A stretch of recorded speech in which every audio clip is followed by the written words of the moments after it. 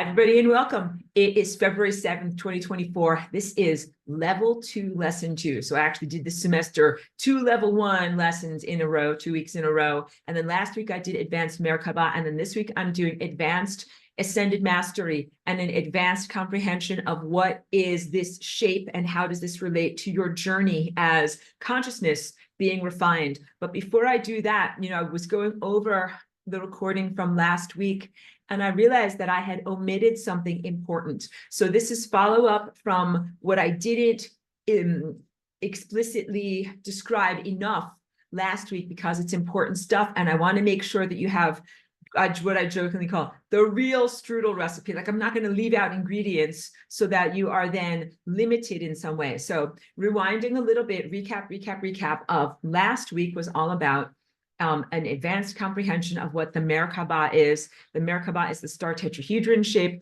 just going to hold this up like very briefly so you can kind of see I have this little carved piece of obsidian in the star tetrahedron shape and how that relates to this shape. That is the shape of your chakras. And you know that the shape of your chakras turns into the flying rainbow lasagna. So how do all of these things fit together? And what I realized that I did not show you enough was this little orange sculpture, because this is actually part of the essential recipe of how to make real strudel as opposed to how to make the limited flat flower of life. That when you guys look, so you guys know at this point what I'm talking about, we're all on the same page. The flower of life as this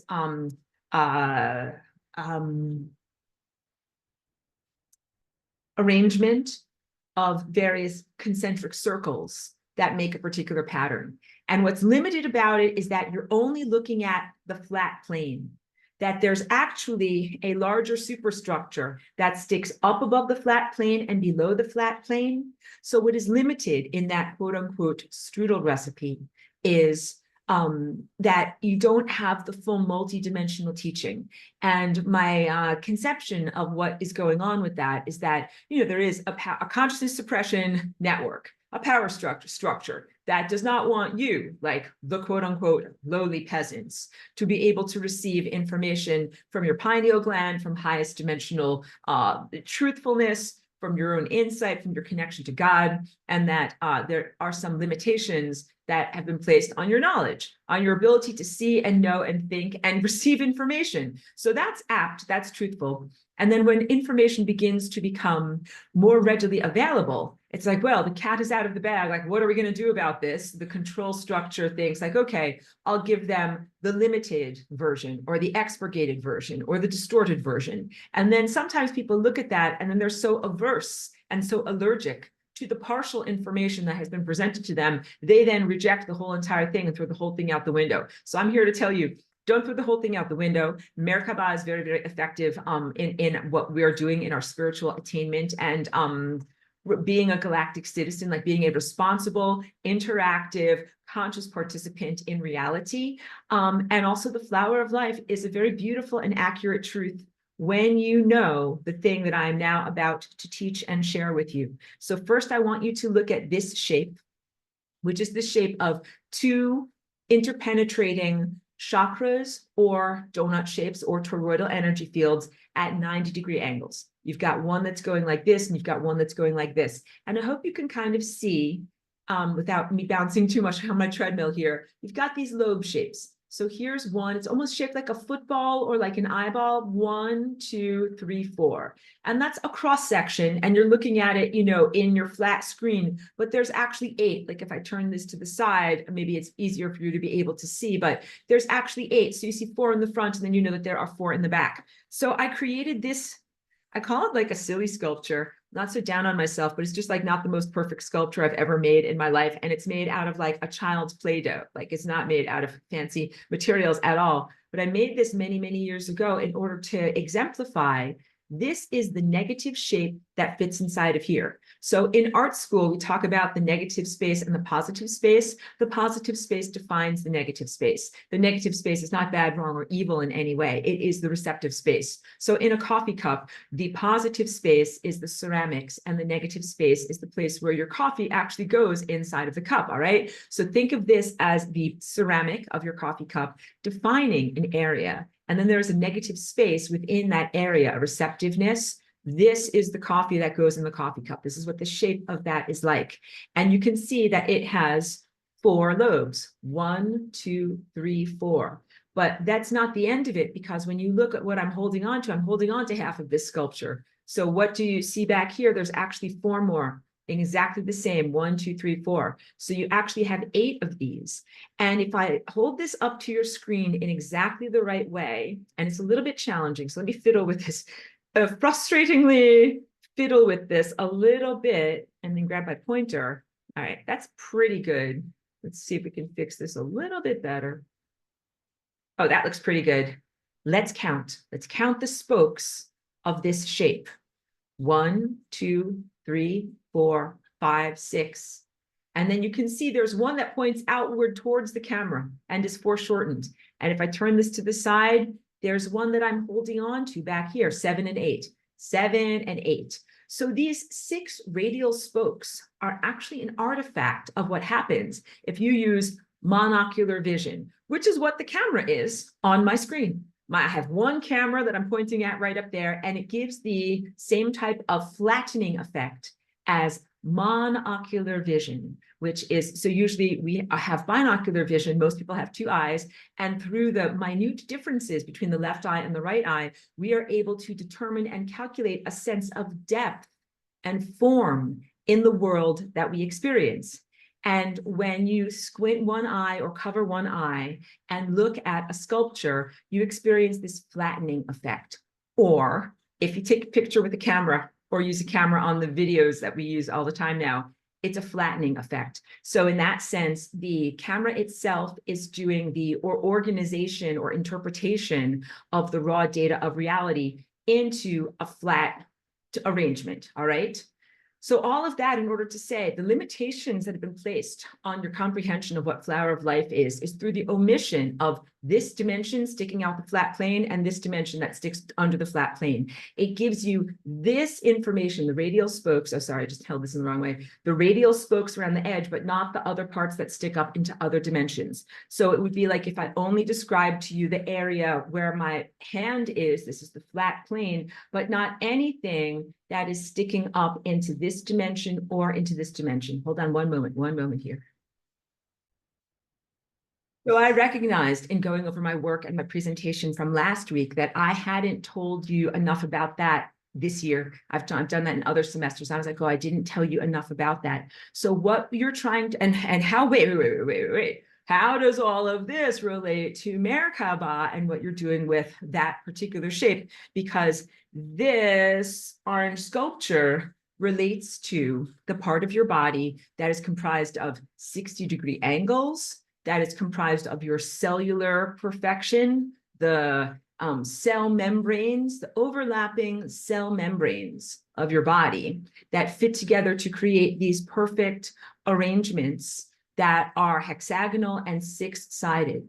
But that is not the end of what you are. You are a somatic cellular body, but you're also a non-physical, pure energy body that is made of time. And that's what this part of you is. How do we integrate these 2 aspects of you? If I just cut off and amputated your time body, then you would be what people derogatorily refer to as merely a human meat suit. And you are so much more than that. So it is deleterious to your soul to tell you that you're just the flat flower of life, because there's many teachers that warn against that. But I'm here to tell you, don't throw out the entire concept of flower of life. Comprehend the entirety of what it is, and know that what you have to do is be able to make a bridge in your own self between your cellular, physical, animalistic, for lack of a better word, body, and this other form of your body that is purely made of energy and doesn't have a face and 2 arms and 2 legs, but is still unique and present for you. Like, you still have a uniqueness to this. So that's important house cleaning for me to catch up with from last week. And now I'm going to jump into presentation for today. Every single one of you, every single one of us is God. Every single one of us is God here in the expansive creation of our own emanations. learning and experiencing and growing from our experiences swimming around in our own creations, all right?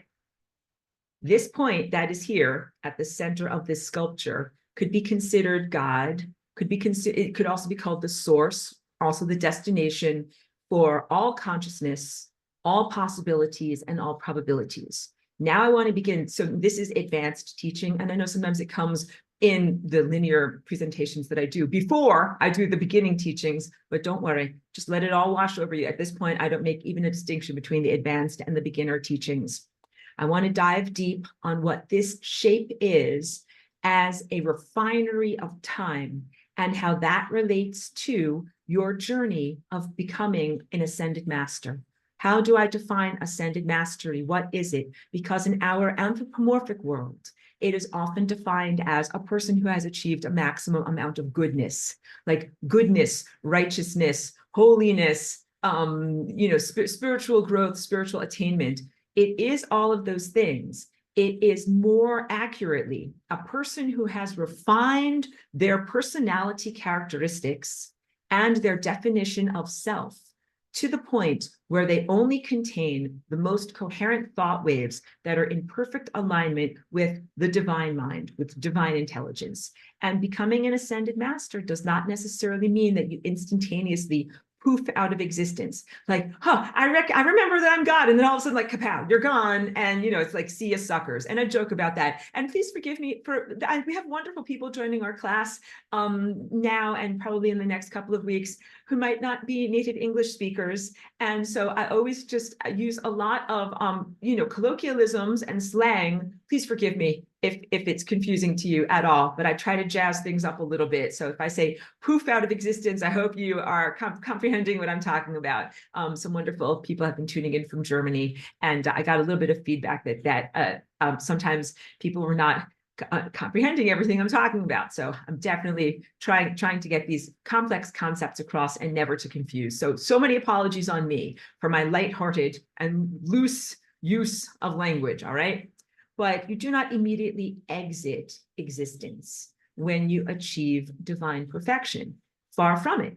And I will even share with you, so right now I'm here in this world with you, and we live in a world that has a lot of dysfunction and distortion of human personality characteristics. But I really come from a time that you would consider ancient or mythological Atlantis, but is actually concurrent. It's a concurrent level of existence. And in that level of existence, everybody who is there is considered an ascended or ascending master in the process of self-remembrance. And all of you are there. All of you guys are there now concurrently in that level of reality, even as you are also here in this realm of mortality, where death is a thing, where things die, and where you're being refined through this process of death. But we come from a place where death is actually not a natural occurrence at all, and where ascension is inevitable. So I want you to begin to remember that self, and also to calibrate your expectations towards this basic cosmic truth. You are all God, and that this ascension experience is an inevitable unfoldment in the events of your life and in your soul's journey. And that it's not just something that is for one special person. So again, I'm moving away from the definition that is in this cultural world right now of ascended mastery being a person who has made it to maximum goodness, and also that a person who is like no longer in this world. Because we were ascended masters, or learning about ourselves as ascended masters in Atlantis, and walking around and doing things. And you can have a very exalted experience while being in an individuated form. That's even the idea. That's the goal. Or I joke about the brochure, like the promises that were made before you entered into the experience of being an embodied human and an individuated self state. That yes, you would be individuated, but that you wouldn't be separated from God, or forgetful of your own divine nature. And that's part of why it was so appealing. Like, oh, I'm still going to be God. I'm not going to lose myself, but I'm also going to be able to be Steve or Aurora or Michelle. I'm just, I choose people at random from the top up here. Never feel like I'm unduly spotlighting people. And also, let me get to comments over here before I go too far onward. Okay. Aurelia, thank you for being here, says, I found crystals so helpful for bridging the spirit body with the body of matter recently. Beautiful. Thank you for that. And I can really relate. And crystals are a very unusual and unique form of matter that is actually a solid state that's oscillating at a very, very high rate. So crystals themselves can help us in that level of basically what you have to do is change the shape of your body so that you are able to inhabit a different frequency octave, and that is the transcendence or ascension experience. So it doesn't necessarily mean that you pop out of existence or like fly off in an aeroplane or a spaceship or something like that, but you do become transformed. Literally, transform means change of the shape that you are in. Your form changes. And through the mastery of the comprehension of these shapes and the angles that they are at, the shape of your own body changes. I'm going to use analogies, but I'm not a transhumanist. You begin to run new software programs, and the software changes your hardware. Now, that never happens in a regular MacBook. Like, I get updates all the time. They always tell me, update this, update this. I update it all the time. But the basics of my computer stay the same. It's this many gigahertz in its RAM, and it's this many memory bytes in its ROM, right? And it's not going to change depending upon the software that I put into it. But your body is a miraculous node on a giant biological supercomputer that is really called God and is part of this, genius of consciousness that is connected, continuum of consciousness, all right? And when new ideas and new thought forms and new learning flow through you, your body changes and transforms. Your software upgrades your hardware. And that's why I'm always so appreciative for people that are in this class who are sending out your attention to these thoughts. You're literally ingesting, internalizing these thoughts. And it has a profound impact, not only on your mind or your cognition or your intellect, but also on, putting down my stuff so I can gesture, the undulations of your DNA, the dance movements of your internal structures, your connection to time, like the abstract nature of time, which is what I'm going to be focusing on in today's class, and the potentials for what you can be moving forward into the future. Literally, thinking new thoughts is a liberation for you, not merely a mental exercise. So that's also the big distinction to be made between you and just a regular, no offense, but like a junky old computer, like, like a MacBook, whatever. Like, this is great because I can Zoom with you guys, but this is not the pinnacle of all existence. But you guys, look in the mirror. You're the pinnacle of existence. You are the miraculous technology. You are this like a prototype that has the capacity to transform into the ultimate exalted form. Very, very amazing potential that is contained within you. Trish, good to see you. Thank you for being here. It says, by shape and form, are we talking cymatics, and the shape, our waveform, is the code or symbol? Similar to cymatics, but not quite as based in materiality.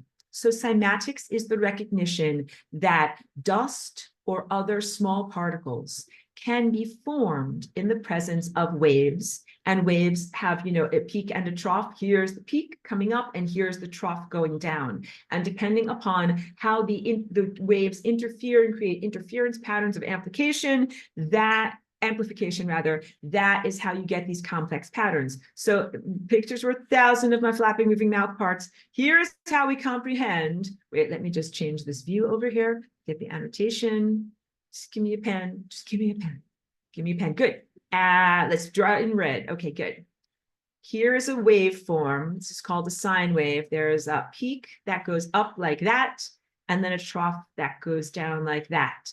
And when you have this plus, you know, I still have so many troubles with this silly pen. This plus this equals neutrality, because you have, like, if this distance here is +1, and if this distance here is -1, class, what is +1 plus -1 equals 0, which would be neutrality over here. But let's clear this out, and let's say, well, wait, what happens if I have an up plus an up equals a way up?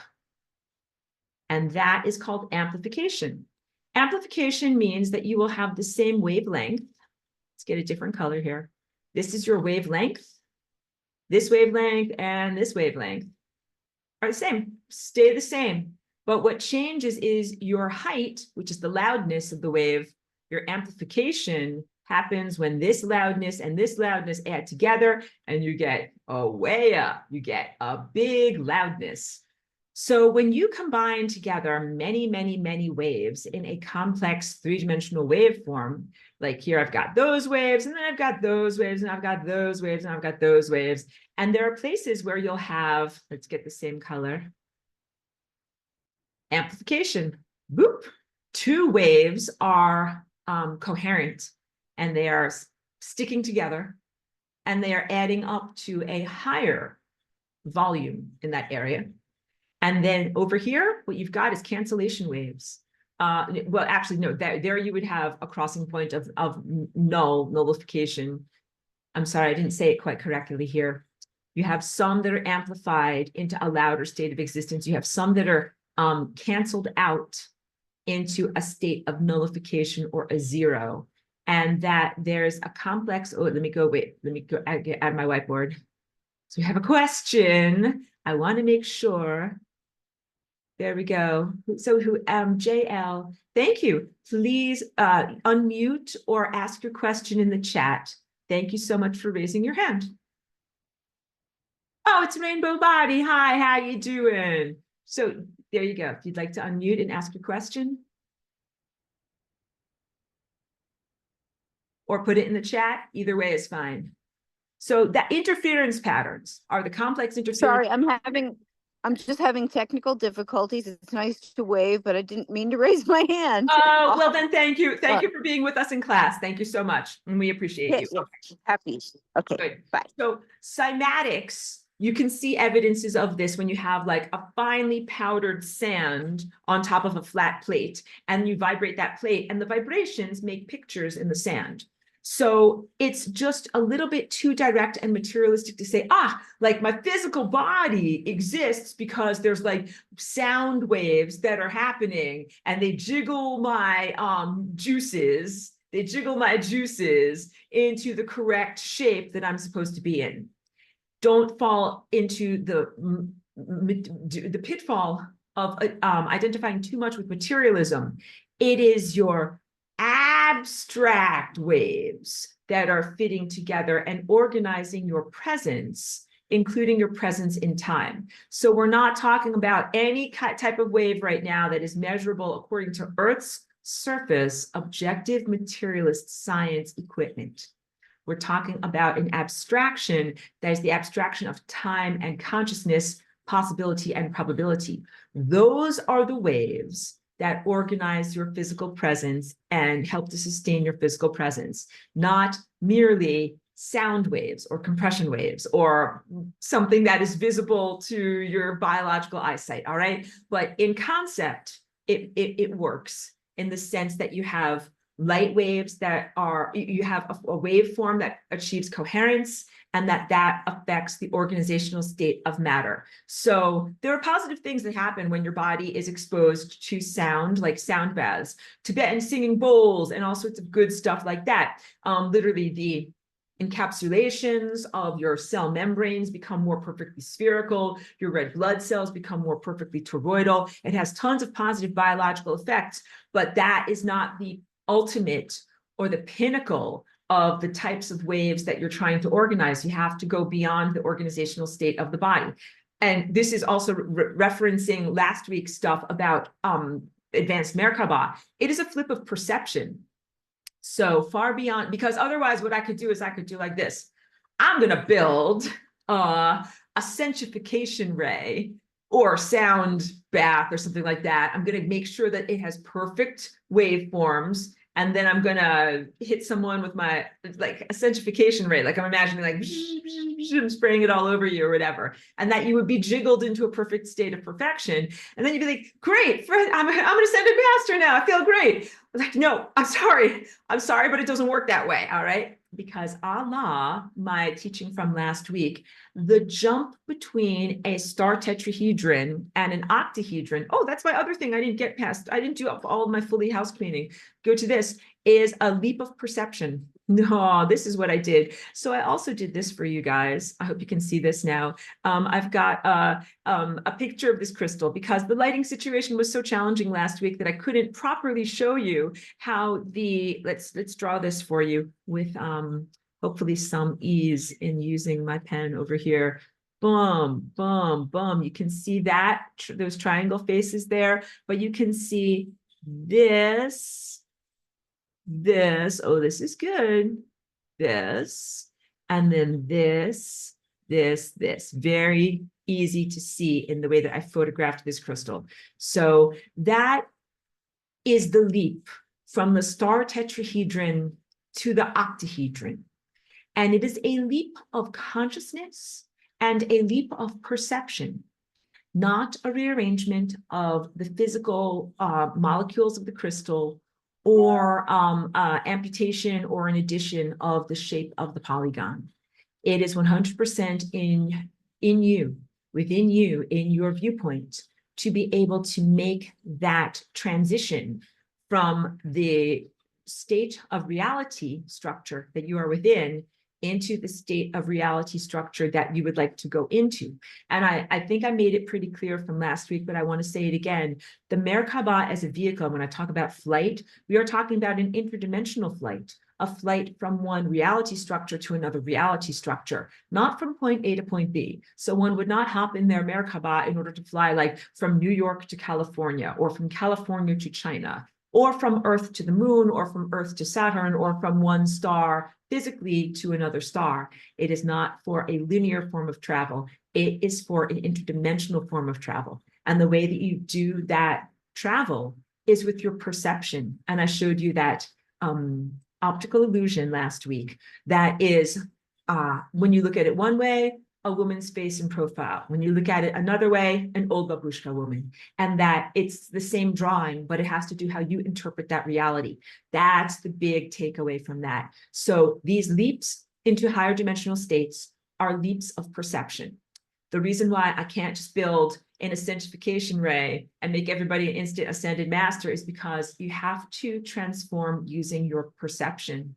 You have to cultivate your spiritual muscles and your inner interpretation system, the lens of reality, the lens through which you look at and interpret reality. And then when you successfully do that, then you are able to reach these levels of ascended mastery. And I see that you somebody had their hand up also. I want to make sure that you're not waiting impatiently in class. I'll get to you in a moment. But all of that is for a reason. That I'd say God is this amazing genius, not God of the Bible.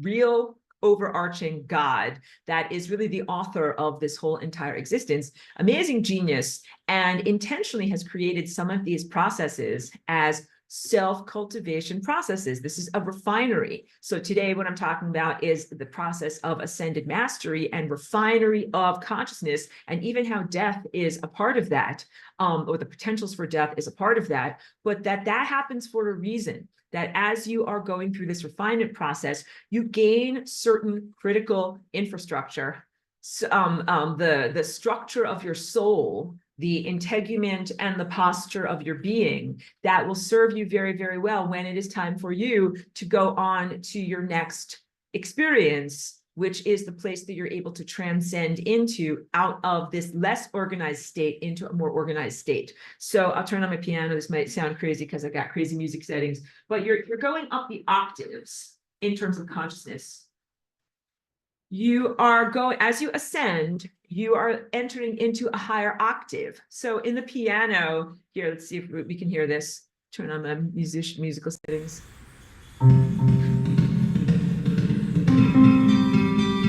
sounds too weird. Sorry, you can't really hear effectively. Let me turn this off. Let me turn this part off.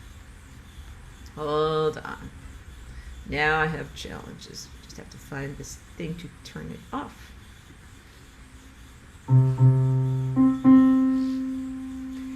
That's one octave apart. And it's part of the same piano and part of the same structure, but one octave apart. Yes, TES, please do unmute yourself, or the question's right here. Okay, good. So do you want to verbalize your question, or is it over here in the chat? Yeah, I put in the chat. Good, I'll read it. It says, thank you so much. GG. God Galactic Global Governance has been following you, many of your class on YouTube. That's beautiful to know. I'm so pleased to hear that. I love to hear that, because this is what I really know. There are so many people that are here expressing the primary ray of divine consciousness through various different apertures, like different individuals. This is literally what I'm talking about when I talk about the pristine system that is ancient concurrent Atlantis. Before the invasion, before the destruction of human genetic code, before all these different things, that it was really the comprehension that I know that I'm God and I'm having this experience, and also I know that all of these other organisms are also apertures for God, doorways to infinity. They're having this experience. And so I get very excited in this level of reality, which is much more distorted, when I'm able to really see and perceive, like, oh, other people are getting these signals, making these connections, and then speaking it and expressing it in their own way. So thank you. It's very uplifting, actually, when I hear that and when I know about that. Very positive. Thank you. So let me go back to this. I said I put the two questions in the chat. I'm sorry if I didn't catch that. Let me read more carefully. Okay, good. Thank you for that. Okay, so how thought are formed from the I am? Are they communication wave or energy to express for the passion of the soul? Perception is limited to time and space, so it's like an illusion. I will agree. So part 2 of your statement, I agree. Perception is human perception as it exists right now is limited to time and space. And that part of the stretch in perception as you reclaim yourself as an ascended master is the recognition of non-locality. This is big stuff. When you become telepathic, it means you not only can talk to people mind to mind if they're in the same room as you, you can talk to people telepathically if they live across town, if they live in another country, if they live on another planet, if they live in another galaxy or star system. The consciousness connection is simultaneous or non-local to time. Very different than if you have to fly from point A to point B. The present human materialistic view of the cosmic infrastructure is very influenced by Einstein, who says light has a speed, a top limit, glass ceiling, can't go faster. And if you've got point A over here on this side of your screen and point B over here, then it's going to take this many years for the light waves to be able to travel through time to get to point B. And so a lot of people think that your mind is like a bunch of light waves, and if I'm over here at point A, it's going to take this many years for me to have a conversation with someone over here at point B. The limitations of being embodied in time and space. But really what's happening when you achieve these levels of transcendence and ascended mastery, you're able to really comprehend non-locality, which is that all space is connected. There's no time, there's no distance, and that point A and point B actually overlap in exactly the same place, which is this place right here at this center point over here. And when you are in that level of perception, then you can talk with anyone, anywhere, at any time. And you're not limited by where you live or how far away someone is or when they have lived in time. So for right now, your perception is limited to your conception of time and space. But as you transform, then your perception expands, your definition of what time and space is redefined, and you get all sorts of new capacitations from being able to do that. It's not an instantaneous total capacitation like that. What I would say is like at the pinnacle, at God, at source, then you are everything and you can do everything. And you're also responsible for everything. So becoming an ascended master is not synonymous with total capacitation of being God instantaneously. It means you're on the journey of God's self-remembrance, and that this is a continual refinement process to be able to get back to that. So now, your beautiful question about how thoughts are formed from the I am. This is big, because part of how thoughts are experienced is through your cognitive filter, where this is your cognitive filter that is like a drum, the skin of a drum, and you play on a drum percussively like this, right? We get hit on our filter all the time with different types of stimuli. It could be electric stimuli or neutrinos or whatever it is. That's actually like a something that is banging the drum in our head. Some thoughts are not actually self-arising. Some of them are like a particle that bounces into you and creates a stimulation, and then what it actually creates is a waveform that is like the wake of the stimulus that has happened, and the waveform goes through the gelatinous substance of your brain. That's why I sometimes jokingly call your brain your fatty idea catcher, because it's like a big fatty bowl of jello, and then neutrinos fly through it and it leaves behind these waveforms, and you're like, oh, like that's an interesting idea. So that's an example of something that is really an external stimulus that is putting up a waveform inside of your own mind. But also there are some thoughts and some levels of knowing that arise internally. That stuff that you just know. You could almost call it structural. Like it is part of the innate structure and truth of who and what you are inside, and it can never go away. It can never be erased from you. It is deep knowing, deep foundational comprehension, and it's not always verbalized either. So usually these external impingements, they create a waveform and then it's translated into a verbal comprehension. But a lot of this deep structural knowing is non-verbalized. And you could even say the deepest structural knowing is simply I am. I exist. I exist. That's like the primary thought that is often not verbalized with words, but it is it is exemplified in the embodiment of your structure of being here. And you're like, of course, I'd have to question my existence. Like, of course I exist. Like that's, it's woven into the innate structure of who and what you are. And ascension is also, I call it baked in. It is woven into the innate structure of who and what you are, and it is part of the potentials that are inside of all of us. And so a key point that I wanted to emphasize today is in human Earth surface culture right now, people look at the idea of being an ascended master as like only a couple of special people, and a lot of they will make that achievement and will be able to have that level of attainment. But I want you to know that it is actually for all of us. And I know it's dark, you can't see my paintings effectively on today. Usually my studio has better lighting. But that is what planetary ascension is about. That literally, right now, this planet is undergoing the ascension process. Because every time you look at this shape, you know that it's an analog. It's an analog for what's going on in a tiny atom or a tiny molecule, what's going on in your body, what's going on a planetary level, what's going on a solar system level, what's going on a galaxy level, what's going on a cosmic universal level. So anytime that you learn about something that's happening in this shape that relates to you, recognize that it's also happening like at the scale of a sun, at the scale of a galaxy. In this case, it is happening at the scale of the planetary structure. So this is a refinery of consciousness, and you are experiencing your characteristics being refined into the focus of knowing who you truly are in the world, and also whom you are truly not. Like, what is peripheral? What is an outright grotesque distortion? What are things that you would never do or never be or never become? That's all the stuff that you're not, that stays at the periphery. And then there's the central core timeline, that's who you really are. And I'll draw this for you so that you really get a deeper sense of it.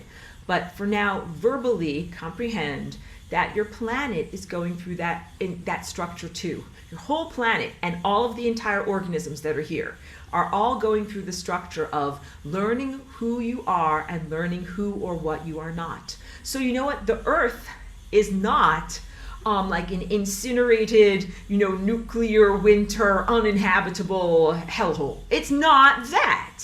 The Earth has really decided to identify away from those versions of reality where the planet becomes incinerated, uninhabitable, or like a dead, burnt out shell of a something. Earth is like, no, that's not the real me. Just like you and I have all agreed and have all navigated our timelines to the point where we're like, I know that I'm not that version of myself that gets like smashed on the highway in a car wreck, or whatever, in a plane wreck, house fire, whatever it is that kills you. You're not that destroyed version of yourself. So now, instead of confusing you with more words, because pictures and everything where I come from is just like pictures, and it's very, very clear. So it's so much easier for me to just make a diagram.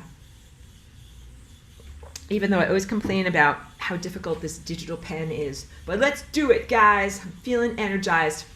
Okay, so I'm going to clear this all out, and I'm going to use the same color as my little sculpture, just because I think that kind of helps you. Even though I know it's yellow, it might be a little hard to see it on your screen. But this is an exaggerated view of the lower quadrant of this yellow sculpture. And we could even define the whole entire sculpture as one life, but definitely this vortex as being the consideration of that is one life. That so this is the dot over here that represents infinity, and I'll put a little infinity sign up there because the source is infinity and it is the 0th dimension and it contains everything. And now I'm going to make these big giant fat kind of like red membranes over here. These are the membrane of death.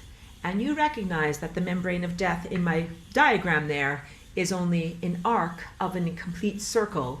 So the complete circle would be this whole circle here, from the central convergence point outward into physical reality, and then all the way back to the physical convergence point. But you can see it has another arc over here that is a part of the boundary of this upward facing vortex, which is another life.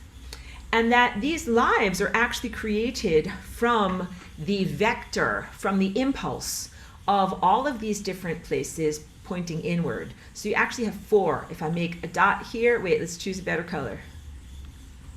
There we go. Here, here, here, and here. So kind of like the cardinal points of north, south, east, and west.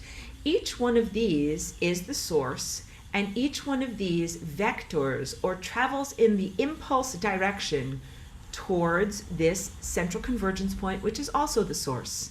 And it is or are these impulses moving inward that create this like stretchy fabric of reality type of shape. And what happens is when all of those balanced forces, like my 2 fingers are like in perfect balance and they meet here, they are so perfectly mirrored that they bounce themselves apart. So the inward trajectory and the perfect balanced structure of the meeting of these various timelines is the convergence, but not the end of the story, because it's the completion. But then out of that completion, each one of these impulses, whoops, my thumbs aren't working, turns around, whoops, and goes in the opposite direction, and then begins to head outward. So I'll draw it for you on the sculpture over here. Just grab a different color out of that convergence point here where they all come together, that then they bounce in the opposite direction over to here. And that when they bounce over to here, that's not the end of the journey either, because guess what? They bounce to the source and they meet themselves coming in this direction, and then they bounce directly back. So this is the concept of having an infinite journey within a finite space. I'm going to clear out some of these so that it's not too jumbled up, and I'm going to draw it for you. Oops, put that one back. Put back that membrane of death. So let's draw an infinite amount of experience within a finite space. I have these 2 mirrors over here.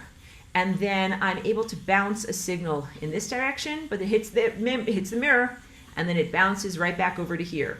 And this is, of course, in a perfect, pristine environment, a frictionless environment where there is no loss of energy. that journey could be infinite, the infinite bouncing back and forth between those perfect mirror reflections. Now, you guys know that I've taught this class for 10 years, and I've had to come to a recognition that I'm speaking to a traumatized planet where people have had many, many multiple, sometimes very unfair and distorted incarnations and lifetimes and experiences, and some people are not enjoying it, and that they say, like, just get me out of here. I don't want to keep on reflecting back on myself infinitely, because the experience has become non-didactic, non-educational, purely torment, purely made of suffering, and then people just want it to end. But I'm here to tell you that life is supposed to be an infinite journey within a pristine system where you want to be able to endlessly reflect between these different parameters, and that each time you do the journey, it is a greater level of self-refinement and a greater level of learning. So although you've had some negative experiences, please have a mental sorbet, which is a little bit lighthearted to say for people who have been deeply traumatized. Like, here's some lemon water, like, clear away that bad taste. But I'm saying it for this class at least. And consider the apparatus known as a laser. How does a laser work in your physical, industrialized world? What you have are two mirrors, just like this and this. And then what the laser does is it bounces light waves between these two mirror surfaces. And initially the light waves are rather disorganized. They're not all polarized or organized in the same direction. So you have some that are going like that, some that are going like that, some that are going like that. And it is through the process of bouncing back and forth between these two mirror reflectors that the waves become coherent and organized, so that all of the peaks and all of the troughs fit together, and it becomes what is known as a coherent laser beam of light. So I'll go back to my face for a minute while I'm describing this to you. In a flashlight, almost everyone here has used a flashlight in a dark room or a dark, pathway outside, and you see the flashlight makes a cone of light that spreads outward. Here's my flashlight, and the light spreads outward because it is not coherent light. It's going in all these different directions that makes it disperse. And that means it's only going to go 6 feet. It's not going to go hundreds of yards or miles, but a laser can travel miles. That's because all of the light waves are perfectly coherent, and they stick together, and they have a longevity. So there is a direct analogy between creating a coherence in your own light body. And your light body in this sense is not defined as merely optical light and optical illumination. It is your body of information. And this time body is analogous to information. So it is a body of thoughts and ideas and energy and concepts and perception structures, information, intelligence, data, orderliness, and also sometimes optical light. But what you are doing is organizing the information that is you until it is coherent to the point that it has longevity, meaning that at the end of your corporeal existence and somatic cellular existence, your consciousness, your light, your information, your ephemeral energy sticks together and continues to go onward, as opposed to dispersing after only 6 feet. That is your job, or your job joy in life. You're like, I'm here. You're not here to make money. You're not here to work for the government. You're not here to do any of those things, pay your taxes. You're here to accrete light and to make that light organized and coherent. And that process is the process of becoming an ascended master, all right? So now I have to show you this viewpoint from the top down, because I tell you all the time that this is your body of possibility and probability. So initially now you recognize that this is a cross section, and I show this as this is the optimum starting point for your journey as an ascended master, and that this path here in purple is called the path of least likelihood, but that you have many, many other lesser existences that are these timelines here that terminate on the membrane of death. So now let's talk about this membrane over here. Let's use red to talk about death. This is a flowing membrane that flows in the direction where my arrows are pointing, flows, flows, flows like this. And it's like a sheet, like a waterfall. And it is an impersonal force, although death in this culture has been personified as like the Ingmar Bergman movie, like a shrouded black figure carrying a big giant scythe that will try to cut you down, that it's not a person and he's not out to get you, and that it's not like some crafty manipulator, stalking you at every turn. Death is literally a boundary that is supposed to tell you that you're not supposed to go in that direction. Literally, if you had your inner sight, your eyesight, to be able to see the highest dimensions, you would assemble into reality directly over here. You would not start at the periphery. And also, part of the reason why you start at the periphery over here, like this is your first life and then you die like 2 minutes after you're born, the reason for that is largely because of blockages and disturbances that exist in the membrane of death, but that are part of the non-pristine system that you are currently experiencing. So it is that way, pardon me for getting my drink of water while I talk, it is that way right now, but it's not supposed to be that way. You start out with these imbalances on the membrane of death in your chakras that have been making it difficult to start in the optimum starting position, like for the race of life. And that's not stuff that you have to own as your own responsibility. Those blockages are cultural, they are esoteric, they've been grandfathered in. It's the stuff we call the putis. So for newcomers to my class, thank you for being here, these arterial blockages, or blockages in the flow of energy on the membrane of death, are a series of stuck consciousnesses that are not human consciousnesses. It's not like you and me, like people that died, righteous people that lived a good life but did the wrong thing, got hit by a truck on the highway, and they got stuck on the membrane of death. No, you guys will never get stuck on the membrane of death. You might go there, have your life review, learn about what you needed to do better, and then transcend, and then go to the next starting point, which would be, go start off over here and then try and see if you can get, in this direction. But you won't get stuck on the membrane of death. So the consciousness that is stuck on the membrane of death is a different quality. Let's get a different color over here. I use this as like the doo-doo color, crappy color. That stuff is not supposed to be there. And it's not part of the pristine environment that was created for as an education environment, as a spiritual uplift environment, as a refinery for your consciousness. So in ancient concurrent Atlantis, there were no blockages there, and what happened was everybody was born into being here at this point, and then everybody went up this central core timeline, never exploring any of these peripheral areas where I'm scribbling in orange, because all of this is non-information. All of that is untruthful story. All of those possibilities that are the periphery in this diagram are not the real you. I see there is a question. I will get to your question in a moment, and thank you so much for being participating as a student.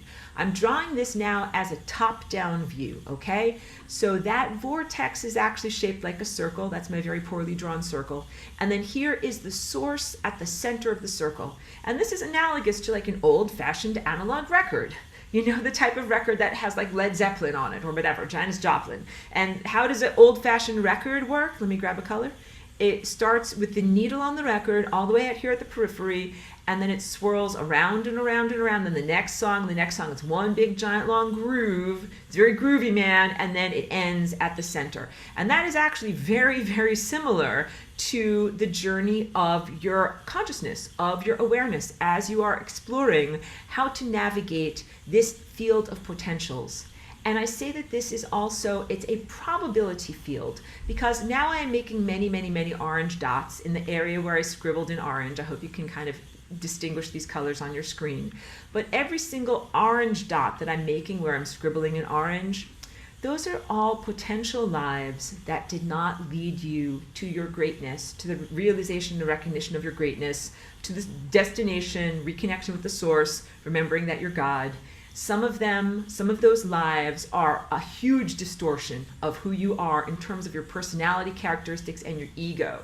So you guys can understand, like, if you were abducted at birth, taken by pirates, raised by crocodiles, whatever it is, if you didn't have a good upbringing, you could become a really distorted person. You could become a version of yourself that's not the real you. Like, you might go into substance abuse, or you might become violent or pathogenic, or, just being uneducated, just being ignorant can take you away from who you really are. For example, if you're meant to be a musician who's going to be, learning Mozart, but you're, again, abducted by pirates and raised by crocodiles, they're like, we don't have music like that where we are. And then you're not able to fulfill and become the true version of who you are. So there are some peripheral versions of you that are, let's say, emaciated or starved on a soul level. You're not getting the nutrition that you need for your soul to grow. Some of them, they might be in a war-torn environment, non-optimum environment, and some of them you are diseased or amputated or harmed, or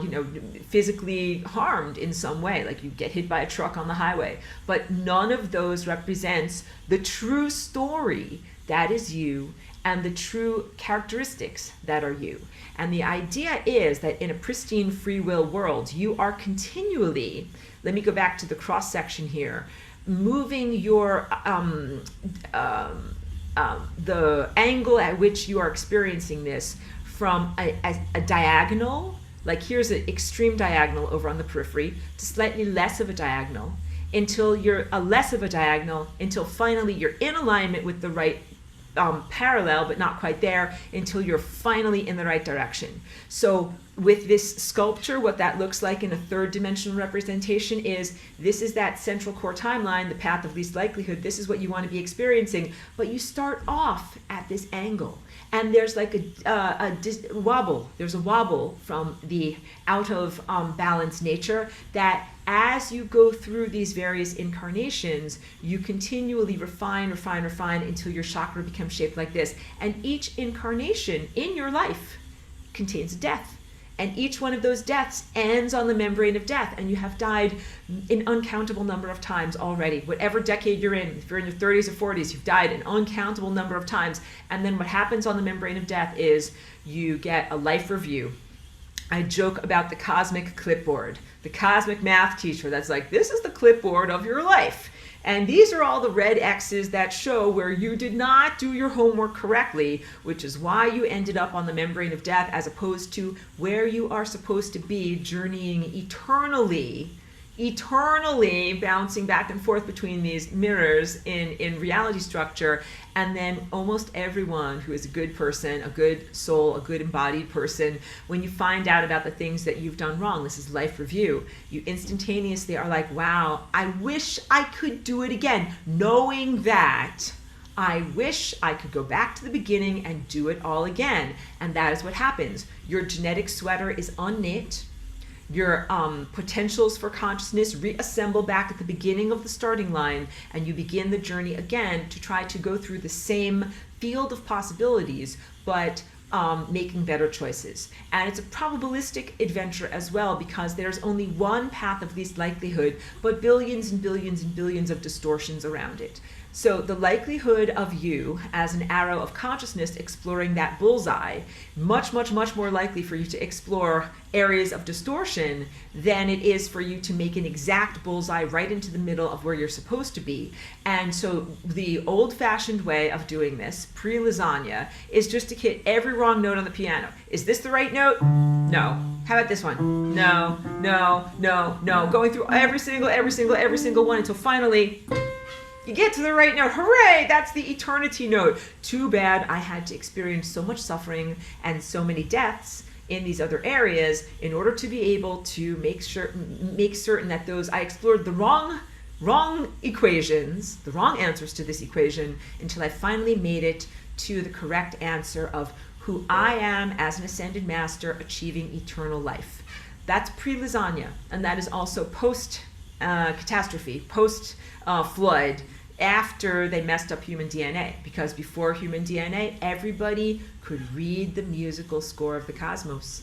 And in my music now, I'm pretty good. I don't have to hunt around the keyboard. If I know I need to play this note, I find that note and I go directly there. So when you become musically literate, you don't have to hunt around on the keyboard. And when you become time literate, then you are able to see and know exactly what you need to do at every decision-making node throughout your whole entire life in order to achieve and align with eternal existence. And I know you had a question, so let's get to that question, but I just wanted to like bring this to a good stopping point. So let me just finish with that. Decision-making process is more than just a cognitive process. It's more than something that is merely intellectual or something that merely happens in your brain. Your decision-making processes happen all throughout your whole entire body 10 trillion times a second. And we're talking about what happens on the cell membranes. Every cell of your body is making choices about whether oxygen should enter the cell, or carbon dioxide should exit the cell, or some cellular metabolite should happen, or ATP should be metabolized.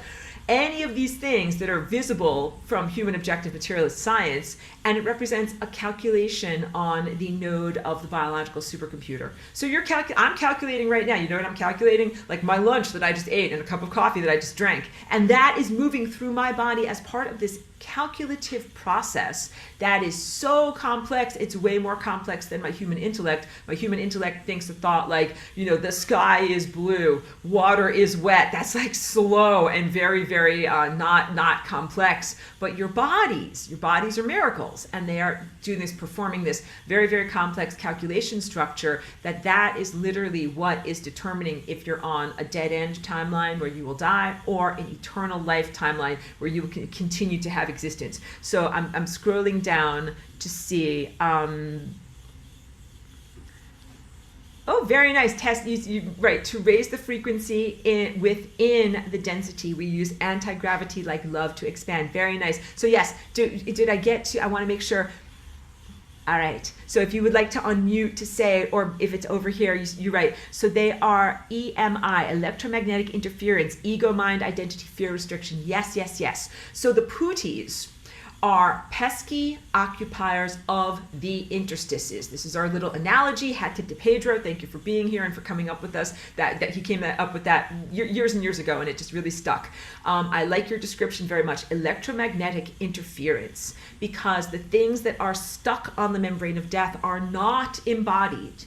These are non-embodied entities, for lack of a better word. Sometimes they could be considered fragments. Stuff that never really made it into being a coherent being, because you have to have a certain amount of coherence just to be born, just to have a physical body. So they don't have enough coherence to have a physical body. Some of them used to have a physical body, but they had a big problem and they don't have their physical body anymore. And this goes to allusion to lesson 18, where I talk about the very, very poorly formed time machine that was created on Mars, a form of artificial Merkaba, or artificial time manipulation device that was not well calibrated. And what happened was it made these souls, instead of die and just go into a non-being state, or, you know, evaporate out of existence, they became kind of alive but kind of not alive in a quantum indeterminacy state,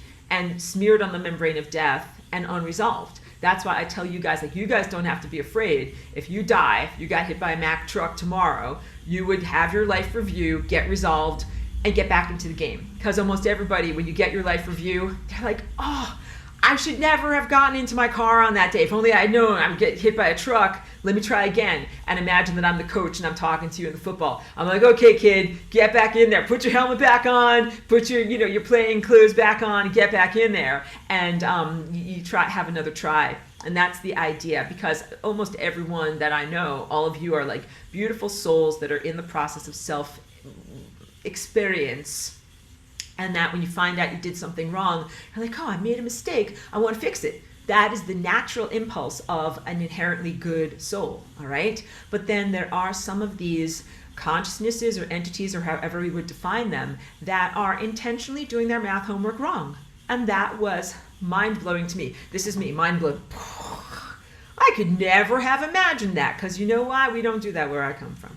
Where I come from, everyone is a good math student who is trying their best to learn how to do their math homework correctly. And nobody intentionally destroys themselves or intentionally destroys time or intentionally does their math homework wrong. But apparently there are some entities, fragments, or levels of non-consciousness that are like doing their math homework wrong and they know it. And you can show them their bad red X's and they're like, yeah, I did that and I ain't gonna change. And that again is almost unfathomable to me, because I'm talking about in a pristine system where you go through this refinery process and come out like a laser beam on the other side. Because if you're not shaped the right way, then you don't have laser coherency, and then you know what happens? There is no longevity to your presence. You cannot continue to exist in time. You disintegrate because there's no integrity holding you together. So an organism or entity or fragment that intentionally did its math homework wrong would be intentionally making itself so that it cannot exist. Like it doesn't have the glue to stick together to exist in reality, which is again kind of unimaginable, but apparently that there are some things that do this. So that's what we are dealing with just in the regular sense of what humans struggle against in this cultural moment, in terms of coming back to yourself, regaining your superpowers, and remembering that you're God on this journey, that there's these not very good students in the one-room schoolhouse that are not doing their work correctly and are trying to inhibit you from doing your work correctly. And so some of them could be defined as negative ego traits, because I think that you have a good list here where you talk about ego mind identity that is based on fear and restriction. The negative ego traits that we are refining away from in ourselves are really pathogenic. So there was an invasion. This is lesson 18 stuff, so that will come further down the road in this semester. But the pathogenic mind state and personality characteristics that are actually not inherently human.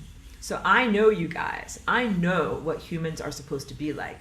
I know the multicolored, beautiful, rainbow spectrum humans that we are as inhabitants of a pristine system. And then I know the people that it's been quite an education, guys. It's been quite an education. I could tell you funny stories about my 20 years plus being here as a walk-in in this world, because people are doing all sorts of things that like they never used to. I'm like, you can tell by my face. I'm like, you're not supposed to do that. I kind of like, sometimes I'm like cringe backward. I'm like, you're really not supposed to do that, but people are doing that here. Ego characteristics and habits that are negative and non-life-giving that have been inserted into the human experience, the human realm of characteristics, human tendencies or ways of behaving, and also human genetics. That this stuff does not originate in you. And fear-based behavior does not originate in you. Let me drink a little bit of water and then I'm going to draw this for you. So people in this time place tend to talk about fear and love as being diametrically opposed. Two different aspects of a seesaw, right? Like you're either going towards love or fear is dragging you down. But fear is really intended originally in the pristine perfect system as being the beep, beep, beep alarm that tells you when you're getting too close to the membrane of death. So let's say if I'm on this timeline over here and I'm moving in this direction, and that might be like living to age 55, like I've been going in this direction for a pretty long amount of time, but as I start to get closer to that yellow membrane of death, there is the fear. In a pristine system, there's, let's get a different color, like a waveform of fear. That's this black line. Before you get to the edge of the cliff, you in a pristine system will feel the fear that's telling you, don't go here. You're not supposed to go here. If you go here, you will die. This is not a good direction for your consciousness. And the idea is, in a pristine system, just like if you hear a truck, it's a proximity sensor. That's what I meant when I said beep, beep, beep. In my country, when trucks are backing up, they have a proximity sensor and it goes beep, beep, beep, so you know that they're backing up, and then if it gets too close to something, it goes beep, beep, beep, beep, beep, like you're really gonna hit something now. The fear is supposed to be a proximity sensor, and it's supposed to prevent you from driving off a cliff. Because if you hear beep, beep, beep, you're like, I'm starting to get afraid. Like, I better get out of here. I better change my life and move in a different, more positive, life-affirming direction. This beep, beep, beep of fear is telling me that I have an opportunity to change before I hit the membrane of death. And that could be anything. The beep, beep, beep of fear could be about changing your diet. Like maybe you need to quit smoking tobacco. Maybe you need to change your diet. Maybe you need to exercise more. Or maybe you need to, whatever, not get in your car on that day or not get on a plane on that day. Sometimes fear can be positive and protective. But here's the problem. You're not in a pristine system. You're like, Aurora, I hate it when you say that. I'm like, I know, guys, we're working on it. We're working on cleaning up your system. We're scrubbing the toilet. We're making it so that things are fair. But for right now, here's what you have to recognize. Sometimes there can be fear right here, directly in front of your pathway as an ascended master. Sometimes the fear is literally right here before you get to the wormhole out of here in terms of transcendence. That is a misprogramming of fear. That is fear out of place, which would be FOOP, FOOP. Now we have a new acronym to use in our sometimes lightheartedness in this class. But fear out of place means that it is not a guiding presence. It is no longer informative. It's not giving you information, it's giving you false information, which is why a lot of people in this world are learning, like, just discount the fear, just go forward with your life. Anyway, because sometimes what I'm trying to communicate to you is that fear feedback, you receive fear signals even when you're on your path, doing exactly what you're supposed to be doing. And then it becomes a non-informative, distracting signal. So let's say you're going to do something like marry someone or start a new business, but there's fear. It could be that black line directly in front of your pathway that is literally you doing what you're supposed to be doing in the world. And then you have to learn, like, I'm going to be courageous, dun, dun, dun, I'm going to go forward in spite of the fear, dun, dun, dun. But that is this, your response to a non-pristine system is to be able to overcome your fears and go forward anyway. But in a pristine system, the fears would not be in your pathway if you're on the right path.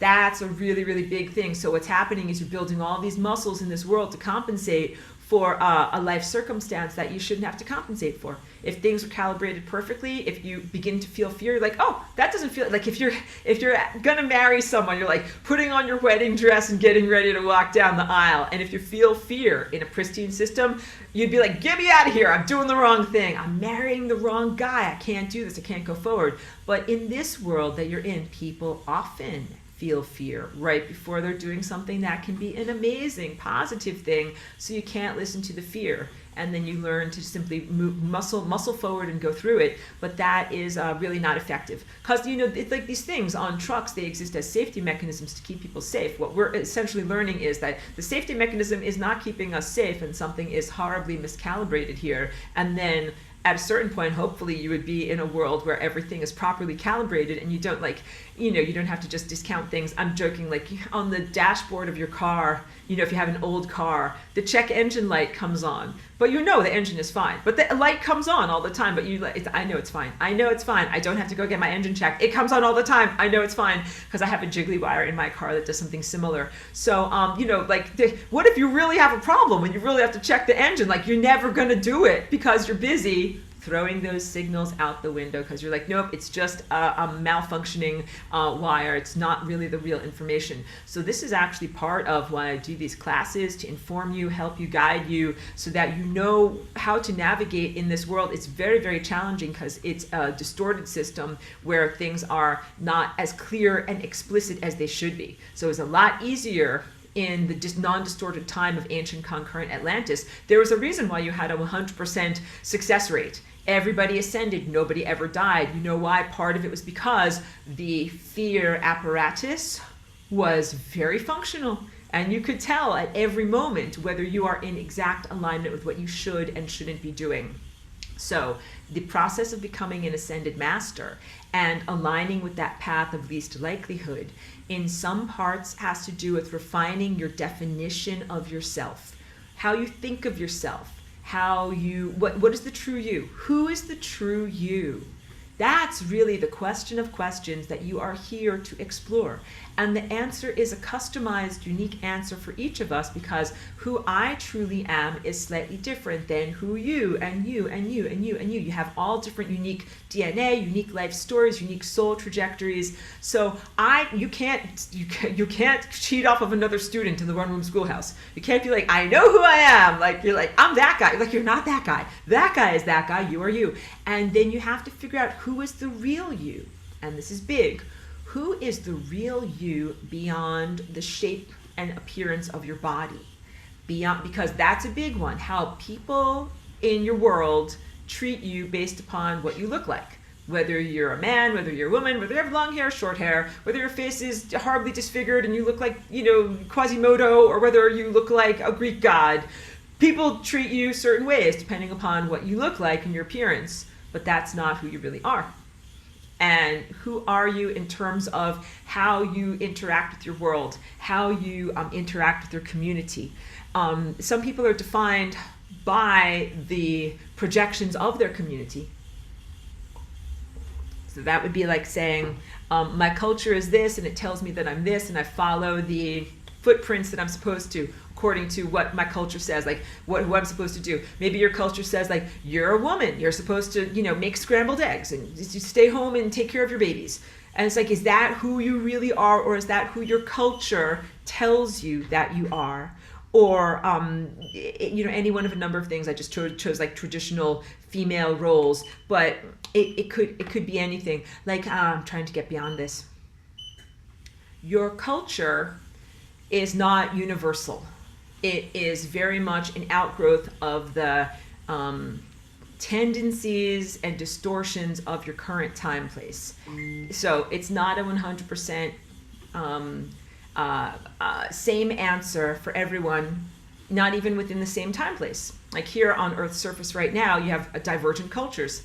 What it is to be a good person in one culture versus what it is to be a good person in another culture. In some cultures, you must never show the bottoms of your shoes to anyone. It's considered a great insult. In some cultures, you must always slurp your noodles and be loud when you're eating. And in other cultures, you must never. You must eat quietly. In some cultures, you must belch after your meal. It's a sign of politeness. In some cultures, you must never do that. So everybody's got a different definition here in this time place of what it is to be a good person, and their rules of what you're supposed, behavioral control rules, are not universal. They are largely arbitrary and capricious and not really rooted in the true definition. When I say universal, I mean across all possibilities and time spaces of what it is to be a good person. What is it to be a good person? What is the definition of goodness? And I think that we could agree on certain universal truths of what it is to be a good person, like the tendency to help others, generosity, the tendency to protect others. Good does not necessarily mean nonviolent. Do you understand? Because you're not a good person. Like if you saw someone like, killing a child, in your street, and you're like, I'm not allowed to be violent. I'm being a good person by not being violent. It's like you're allowing a murder to happen. You must intervene. Being a good person at times can be being violent because you have to intervene in order to stop violence against innocents. So it's not a cut and dried system, because sometimes violence can be being a good person, but sometimes violence can be being an aggressor and being a bad person and being harmful. So on the anthropomorphic level, these questions are a quagmire, and you could go to a library and you could find a whole room full of answer to these questions. It is called moral philosophy. What do I do? This is humans who don't have their insight active and they don't have their inner guidance active, and the beep, beep, beep of fear is like wildly, making you gyrate wildly out of control. It's like, I don't know how to live my life. I don't know what to do. Somebody write a book. Tell me what to do. And that's what moral philosophy is. It's a whole wing of the library of people who wrote books about what to do. What do you do in this case? And what do you do in this case? And should I do this? And should I do that? Even to the point of, certain religious scrolls that are very behavioral, where they say like, always do this, never do this, except on Tuesdays when you must do this, and in this circumstance when you must do this. Because, there are different things. Like, for example, in the Jewish tradition, there's the Torah, and then there's the Talmud, which is the commentary on the Torah. And the Jewish people have 613 commandments, and some of the commandments are about maintaining the Sabbath, but then some of the commandments are about preserving life. And so there's all of these questions within practitioners of that religion that are like, well, if I'm not allowed to travel on the Sabbath, I'm not allowed to do work on the Sabbath. But then the Talmud says, unless you're a doctor, and then traveling and doing work on the Sabbath is good because you're going to save a life. You can get in your car, so you can drive to the hospital, so you can do surgery and save a life. But these are the human cultural interpretive systems of what it is to be a good person. Always do this, never do this, except when there's this, then do this, and this. So it's this wild flow chart of behavioralism. What do I do? What do I do? Do this, but don't do this, but sometimes do this. And that's just with one book. Then if you read all of the books, then essentially you will be in a straitjacket, because you'll be like, one book tells me to do this, another book tells me to do this, some books tell me to do this. And all of those, that's why I say it is a quagmire. They don't, and I'll get to your question in a moment, they don't recognize that what you really want to be doing is looking at this as your map, that what you're going to do is the right thing to do is determined by going from this angle to this angle. So this is how you can get past all of the quagmire of moral philosophy. You're a good person if you move your time structure from this angle to this angle. If you move your direction of where you're flowing in time from hitting the membrane of death to eternal life. And if you have your inner insight and your time eye activated, then you can see this happening in real time. Then you can actually see, oh, I make this choice and I go towards eternal life, or I make this choice and I go towards death. And that is literally what guides you through your life. So thank you for waiting. And now I would love to hear your question. If you haven't, maybe you have already written it down here and I should scroll down and find it. Oh, do you want me to read the comment that you just wrote down here? This is very good. Thank you. It says, I call them IOS, which is very apt. Insane operating system of ego mind, unaware of eternal truth. So apt. Thank you. It's a beautiful comment, because that really opens the door for me, because the iOS is an allusion to, like, on my Apple system, the operating system is called iOS, right? Because I talk all the time in this class about how your solar plexus chakra, so this is above my navel but below my heart, right here, yellow solar plexus chakra is your human OS. It is your human operating system, and it has been largely compromised by these distortions that are on the membrane of death. They are, truthfully, insane operating system. I even feel that they are at times not a part of the biological embodiment system, but are more akin to an artificial intelligence system. Something that is a non-biological presence that doesn't have the coherence to be able to inhabit biology, but has an apparatus that it acts through and tries to influence reality structure from. I think that's what we're really dealing with. And I think largely the challenge of the moment for you, the cultural moment for each one of you as individuals, is to find the dormant DNA, or to awaken new strands of your DNA, new ways of using your DNA capacity to fight against this AI. Because I've talked about this in my silly way, but I'll be very serious, because I used to use an old Saturday Night Live sketch as the example, but it might be something that is not in everyone's cultural repertoire. So the idea that before I have to get my little sign, hold on a second. These are the things that I don't actually use the words to speak about for a reason. Sorry. This stuff. We just call it the unmentionables. Some people have had the unmentionables injected into their skin, but the unmentionables fly around from aerosols in the air and lodge inside of people and create artificial networks of anti-intelligence, of artificial neurology, artificial fascia, of false light. This stuff is a major inhibitor to your ascension process, and has been most active in its inhibition for about the past 3 or 4 years, pretty much since they turned on 5G in this world. But you guys know that that's a modern technological hurdle that you have to jump over for your personal and planetary ascension. But it's not the only hurdle. Some of the hurdles that you have to jump over are more ancient and have been here for millennia, and that they go back to a much, much earlier level of dysfunction. And I joke in my very bizarre, silly sense of humor about, the original like demonic hijackers or negative influencers of humanity that did it using just their influence on time and on the chakras. So just like a relatively direct hijacking of your energy field, but without requiring technology. For example, like in the time of Jesus, the guy that we know as Jesus, who was Yeshua, or the time of Siddhartha, who is Buddha. These are like thousands of years ago. They did not have planes, emitting these aerosols. They did not have this type of stuff.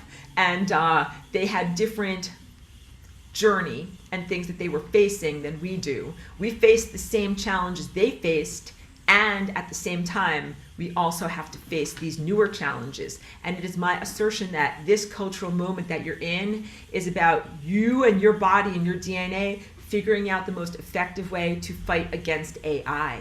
And that's a tough thing to say because we're on this, computer thing. We're playing in the sandbox of the thing that I'm literally criticizing, but I think that that's what we are really doing in this moment, and that my contribution of the Flying Rainbow Lasagna as a tool for genetic restructuring and rectification of time is essential in each person being able to figure out how you are going to effectively fight against AI, against these tiny invaders, and also against the larger, what you called insane operating system, the ego destabilization devices that are stuck on the membrane of time, that are part of an ancient catastrophe, but which is also an ongoing catastrophe. So Michelle, thank you so much for raising your hand. Do you want to speak your question you want to unmute, or did you write it over here in the chat? You want me to read it, what you wrote it at 3:17 p.m.? It's both, really. Good. I'll just read it, but I think my intention I set outside today, and I asked if we could just upload all the interstitials to the Great Central Stun. And I got, so I did. But then it also occurred to me that I could have taken all the energy from them before I sent them up. So I wanted you to double check me on that. But if that's the case, then everybody can wipe that out pretty easily. That is exactly what we need to do. We need to remove all energy from those impulses or fragments of awareness or organisms or entities or whatever they are, because they are not allowed to have energy. So this is a real distinction to be made. Energy is like a wholeness or holistic presence in the economy of energy. And you're supposed to have 100% of your energy, or the cosmic infrastructure to have 100% of its energy. But the energy that has been siphoned off onto the membrane of death, where literally no energy is supposed to be there. Remember, there's supposed to be no gutter balls. I don't know if people get my illusions, but this is, and that's not an illusion, but an allusion, my reference to the game of bowling, where you have to roll the bowling ball down the center of the alley, but not get the gutter balls in the sides. If you do that, you lose. In Atlantis, there were no gutter balls. There was no energy that was out of place here on the membrane of death. And that as soon as energy started to be present on the membrane of death, that is what started to cause us to die, to go from the immortal perfection of our existence into this layer of reality where you are vulnerable, can get diseases, can have all of these bad things happen to you, and can actually die. And that's because we're working with maybe only 98% of our energy, or maybe 75% of our energy. Who's got it? This is me. I'm like, when I look at my bank account and it's not the same amount that it's supposed to be, like, where's my money?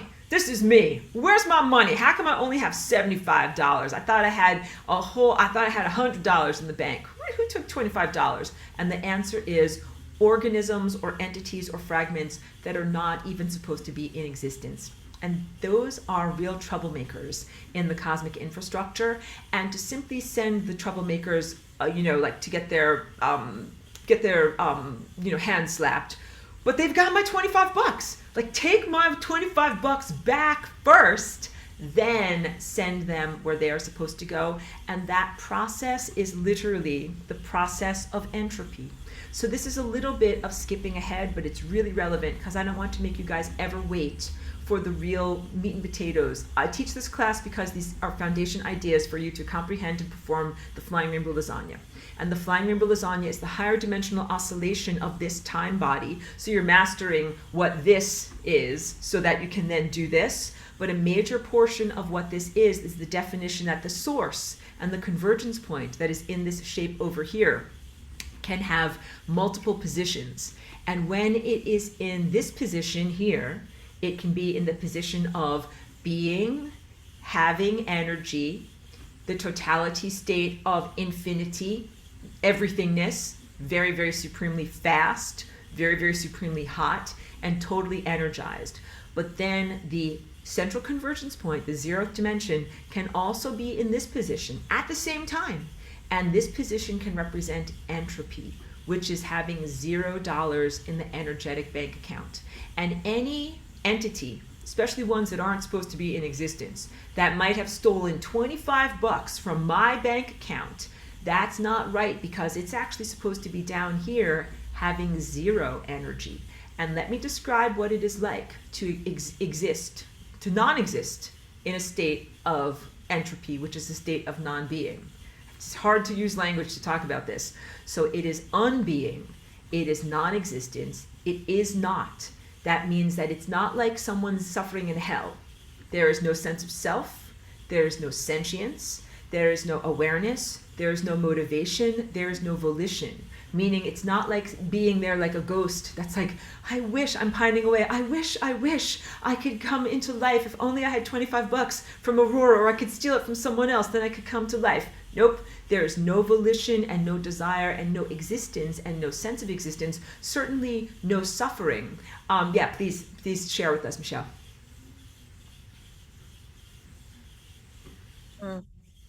What I was saying, I know we talked about this yesterday, but Yeah. What I'm getting at is I cleared the entire system, is what I'm getting at. So I just want you to double check that's accurate, because if it is, then everybody in the class could clear it. You know what I mean? Just get the energy and clear it, as opposed to every time you feel agitated and feel them sucking your energy. Right. You know what I mean? Definitely. Very, very good I could be proposal. wrong, but I'm getting that I'm not. It's a good proposal that we don't merely have to be antithesis to the thesis of what essentially is evil or non-being or poop that's not supposed to be in existence. I joke about them being doo-doos. But these pooties are non-existent, and they should definitely not influence or control yours and my behavior as existence. So if every time if they jostle you around, there's like, time to destroy some pooties over here, then essentially you become their slave. But much better to be proactive and to be able to say, I'm going to hunt down and find anybody who's stealing energy out of anybody's energetic bank account, and I'm going to stop that misappropriation. I'm going to take that energy back and send that consciousness to a null state. And that actually works well with what I taught you today about, the upward facing sine wave and the downward facing curve and how they nullify themselves out. These fragments of whatever they are supposed to be in a non-being state, and that they shouldn't be influencing us, although they have been for a very long amount of time. Every single addiction, every single compulsive behavior, every single self-destructive behavior that is in our world, all of those characteristics do not arise from us, the living. They 100% arise from the perturbations that come from the things that live on the membrane of death. And if you define yourself as the characteristic that arises from those presences in your life, then that is when you head towards the membrane of death. Because Trish asked the question, she said, so dying is running out of energy? In a sense, yes, it's a little bit reductionist to say that, but the real answer is running out of energy because of identification with untrue self states. So like if a person identifies with their addictions or compulsive behaviors, and then that makes them go at an angle towards the membrane of death, it is literally because these, we would call them demons, non-embodied, non-healthy presences, pathogens is the most neutral language I can use. Pathogens have influenced a person in their life to perform self-destructive behaviors that are not coherent and not life-giving. And if you identify with them enough, then you end up heading towards them and joining them on the membrane of death. And then the pathogens are like, hooray, hooray, we killed another one. And then you as the person, you're like, I gotta learn not to identify with these pathogenic structures and to fight against them. So none of this is judgment on anyone that struggles with substance abuse. You're literally here refining your personality so that you can bypass, no longer be influenced by or perturbed by those tendencies. You learn that that is not who you really are.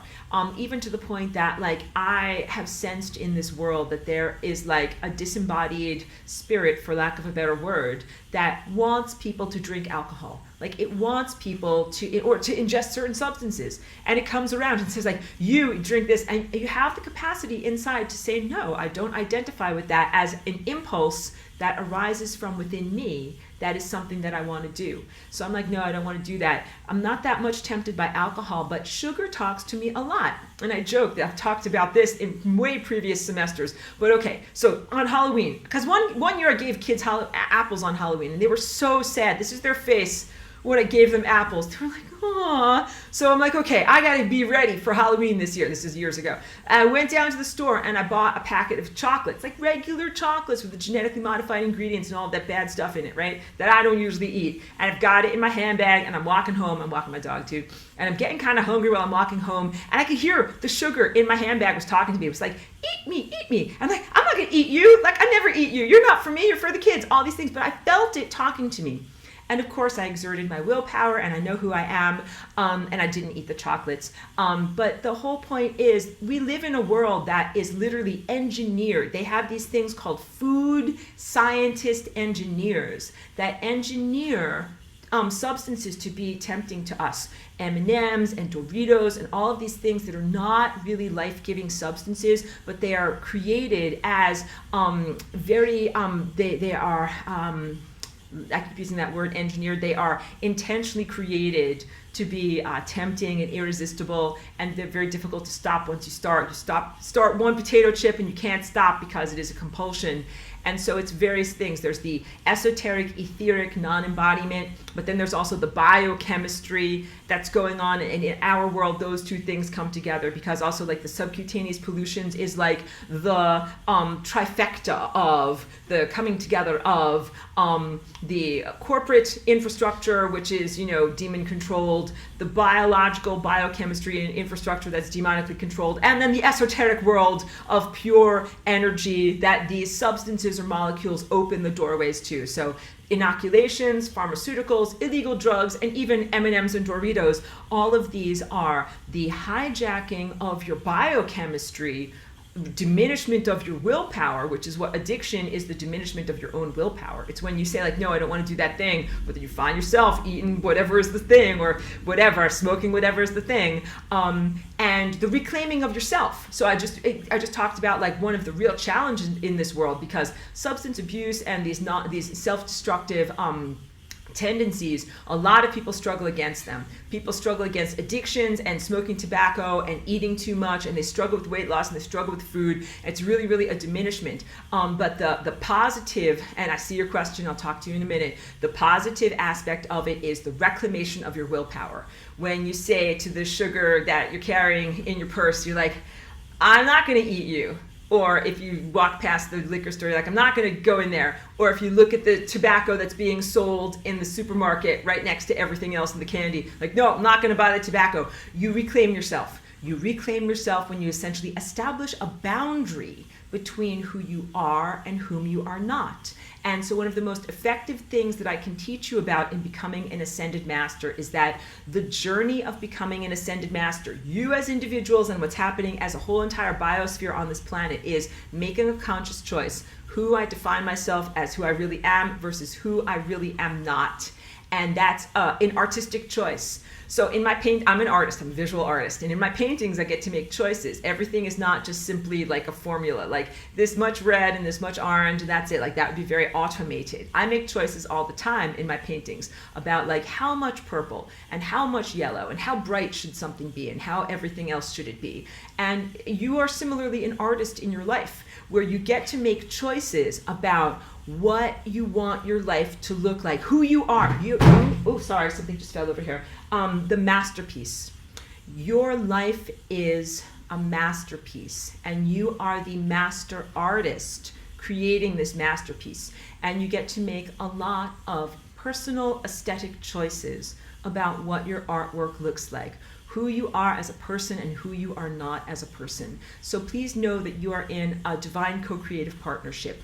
You make a lot of choices about sculpting and forming yourself as a persona and who you are as a person, and also the larger structure of the cosmos and yourself from a higher dimensional state known as God, that you're also sculpting yourself. So from an internal experience and a larger context-based experience, all of these things are giving you an opportunity to become the truest picture of who you're supposed to be, of who you're really supposed to be.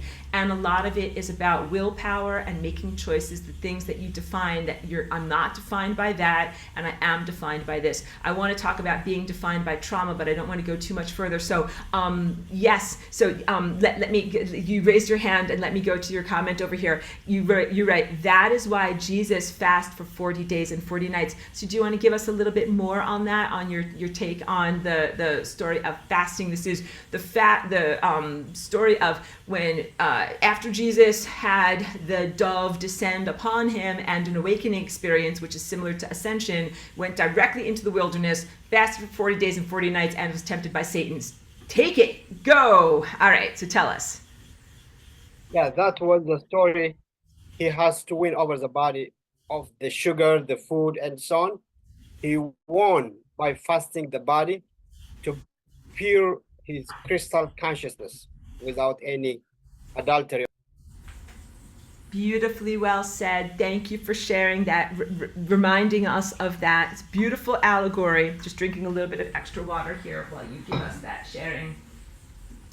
And I recognize that a lot of people find that fasting is an effective way to hone the personality down to its essential items. Fasting or voluntarily going without food and water has been known to bring people closer to their true self in many different spiritual practices. So I talk about this in some of my lessons coming forward in the semester. The idea of a pilgrimage.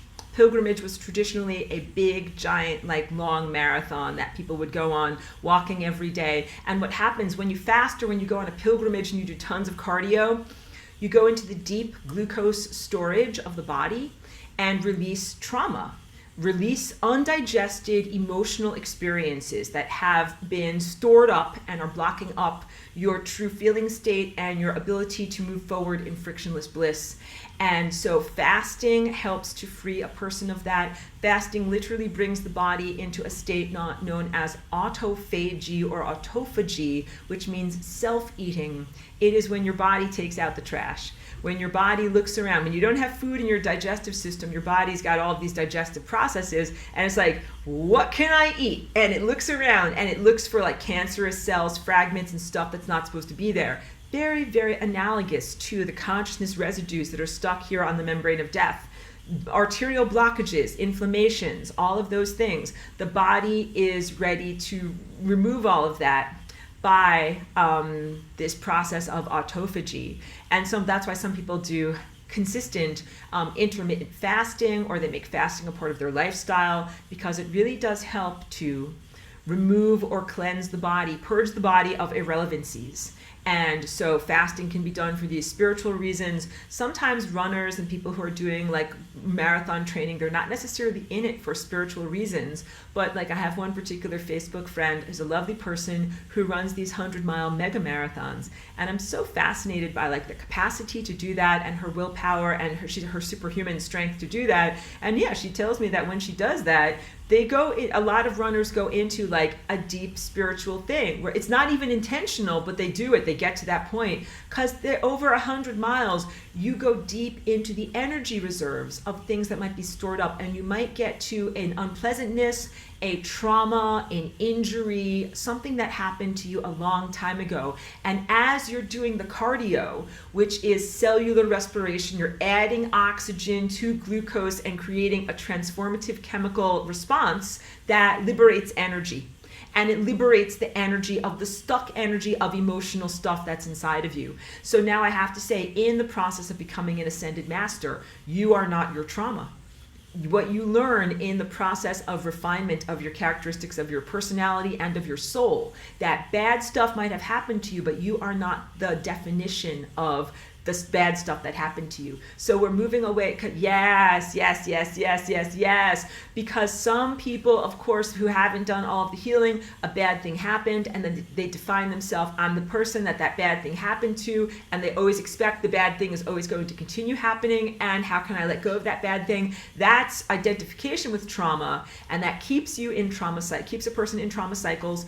And also there's identification with ancestral trauma. So that would be like saying, if you're a African-American person and your ancestors came here in the Black diaspora, and if you're constantly remembering that your ancestors came from Africa, they were stolen and misappropriated, they were treated as slaves, there's a ton of ancestral trauma. And if that is held onto and used as the definition of who you are in this time place, then it is the exacerbation, identification of that trauma, as opposed to healing it. And when you heal it, whatever family you've been born into, I have to affirm this, almost every single race and ethnicity has trauma in its ancestry. Almost every single race has either a famine, a diaspora, a genocide, something bad that happened, a war, a time of starvation. There's the Holodomor, there's the Holocaust. There's the Cherokee Trail of Tears. I already mentioned Black diaspora. There's Jewish diaspora. There's the suppression of the Aboriginal people of Australia. There's all of these different Irish potato famine. Just, I'm really telling you this because some people think that it only affects certain ethnicities, but I want you to know that ancestral trauma goes back to lots of people. And even in United States in the 1930s, there was this Great Depression and economic diminishment of the whole entire country, that some people starved and had very, very minimal resources. And that wasn't just people of one appearance or ethnicity. Pretty much the whole entire country had limited access to money and food and resources. And it created an ancestral trauma, that a scarcity model that continues in generations and affects people even now in their need to have a big bank account or financial security, how they define financial security, the job choices that they make in terms of, they're not even necessarily making choices because of who they really are in the world. They're making choices based upon the bad things that happened to their great-grandparents. And they're like, I'm not gonna let that happen to me. I'm gonna have a big bank account, or a gun, or a bunker, or whatever it is, and then I'm going to be okay. But the real power of planetary ascension happens when each one of us heals not only individuated trauma, but also personal, your personal lineage of your biological ancestors, but also the trauma of what happened and is happening in Atlantis. That is planetary trauma. This is a lot of people that I know are like this. How am I even here in this world of mortality where you can die? I'm like a magical person. I'm a magical angel, fairy, starseed person, and I'm supposed to be waving my magic wand and doing amazing things. Why do I even have to be here eating, much less, paying my Geico bill and doing all sorts of, business administrative activities in order to stay alive? That is planetary trauma, because you're all ascended masters. You're all people with amazing psychic gifts. You're all people that are immortals. You are immortal gods and goddesses. And you're here in this world where many of you are just working at very simple, mundane tasks. Go to the grocery store, you buy your food. You're like in Superman, the Clark Kent alter ego.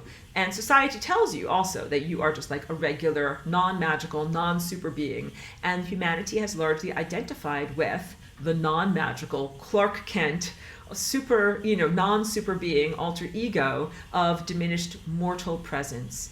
And there's a lot of identification with trauma that also, it's unhealed trauma in people right now, because a lot of people are expecting the end of the world. and this relates to catastrophism and apocalypse, expectation of apocalypse, that 100% points to the time in your soul a long, long time ago, or a concurrent time ago, when your planet got invaded and then you got crashed down and amnesia mind wiped and diminished into your present state. And when something like that happens and it is in the undigested emotional residue, then it informs your behavior and makes it so that you're not able to be fully free. And right now, a lot of people are planning for another catastrophe because they haven't healed from the previous catastrophe or the previous ongoing catastrophe, that, because linear language doesn't work, but their expectation that it will be a repeating time cycle. And that is because of bad stuff that happened to you in the past, that you feel, that a person feels, one feels, is inevitably going to happen again in the future. And I am here, literally, my whole entire reason for being as Aurora with Flying Rainbow Lasagna is to tell you that since the spontaneous creation of Flying Rainbow Lasagna, you do not have to have the same negative time loops. You are not limited only by the circumstances that are on the menu of life. You can literally write new recipes. You can make new requests. You can make new intentions about what your life experience is going to be like, what your planetary experience is going to be like. So you don't just have to work in the same negative time cycles that you've been up until this point. You have an opportunity to have a completely redefined existence, a full rectification, a fully I want to say augmented, but a fully, you can make it a pristine system again. But also, the previous system was vulnerable. It was a good system, it was a good pristine system, but pathogens entered it. You can make a new system that is pristine and that pathogens cannot enter. And that's literally what I am tasking you all with, to figure out with your own DNA the ways to get this stuff and artificial intelligence out of you, and to make sure that it gets out of your world, and to make sure that it doesn't consume and destroy your galaxy, because that's the peril that you face. So in ancient concurrent Atlantis, the peril was planetary invasion, consciousness invasion, genetic invasion, invaders using technology, and the diminishment of natural psychic capacities by these technology using races or organisms that came here. And then the loss of self, amnesia about who you really are, because you're light eaters. You're not physical food eaters, and you're not technology users, and you're not mortals. You are immortals, and it's very, it's the challenge of your life to restructure yourself back into that state of being, but into a form that cannot be invaded or diminished in any way. So big bucket and a mop to clean up the messes that were made in time that left destabilized consciousnesses smeared on the membranes of death that have been diminishing you and your whole entire culture for a very long time. And also creating the augmentations so that it will never happen again. And when you get that, real trauma healing means that it doesn't happen again. Doesn't just mean that you have a band-aid to protect yourself from the negative repercussions. Like, if you starved in the past, but now you have giant stockpiles, and you're like, it will never happen again. It's like, no, like it could happen if you run out of your giant stockpiles. And that relates to some aspects of being overweight, that some people had famine and starvation in their biological ancestry, and their body in this time place is still getting the signal that they need to save calories. Stockpile calories, because there's going to be a famine.